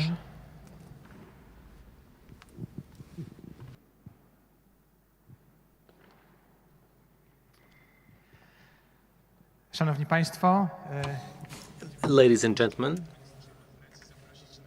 it's my pleasure to invite Marek Dietl to join me on stage to wrap up the conference, or actually the 2 days of the conference. Over to you. Ladies and gentlemen, we're here at this heritage building of the stock exchange, where for 48 years stock exchange transactions were being made in this very room. Now we have some COVID limitations, so some of you were not able to join us in person, but I'm very happy that you have been able to join us online. It would be difficult to summarize 2 days in 2 minutes, so let me just give you some of my personal thoughts. Now, the first thought about this conference is that we have seen some encouragement to bravely put forward our wishes and our wants by the stock exchanges and issuers here in the 3 Seas region. The potential of the region means that we are very much encouraged to do that. However, we can only be effective if we do it together. Doing it together means we need a range of compromises. A metaphor for this would be like the siblings in a family with many children. Siblings will often argue with each other. They might fight. But if anyone from the outside attacks any of the siblings, then all the other siblings will stand by this brother or sister. And I think that this is a metaphor for how we should work together and defend each other. First, work out an opinion or a position internally and then present it jointly to the outside world. My second conclusion is that maybe we stop short of fully appreciating our potential. And only when faced with real statistical data and after talks like we've had over these 2 days is when we can see the true potential of the 3 Seas. Now, the richest countries are growing at 1.2% a year. Our region is growing at 3 to 4% a year. So we know that after 1 year, the difference is small, but after 30 or 50 years, the pace of catching up will be increasing. And lastly, I would like to say that the 3 Seas initiative mustn't be only limited to these 12 countries. And that's why I would like to thank our guests from Georgia and Armenia. Thank you for coming to us. And I was going to say thanks for coming to us from so far away, but Tbilisi or Yerevan is closer to us than Madrid. So it's not that far, really. But maybe due to geopolitical or historical reasons, we think that it's farther away than Lisbon or Madrid. So once again, thank you for coming. And a big thank you to all the participants, the representatives of the 3 Seas stock exchanges and the investors. And a very warm thank you to all our guests from outside the region too. And this was the second, but certainly not last conference of the 3 Seas stock exchanges. Thank you for bearing with us, and goodbye.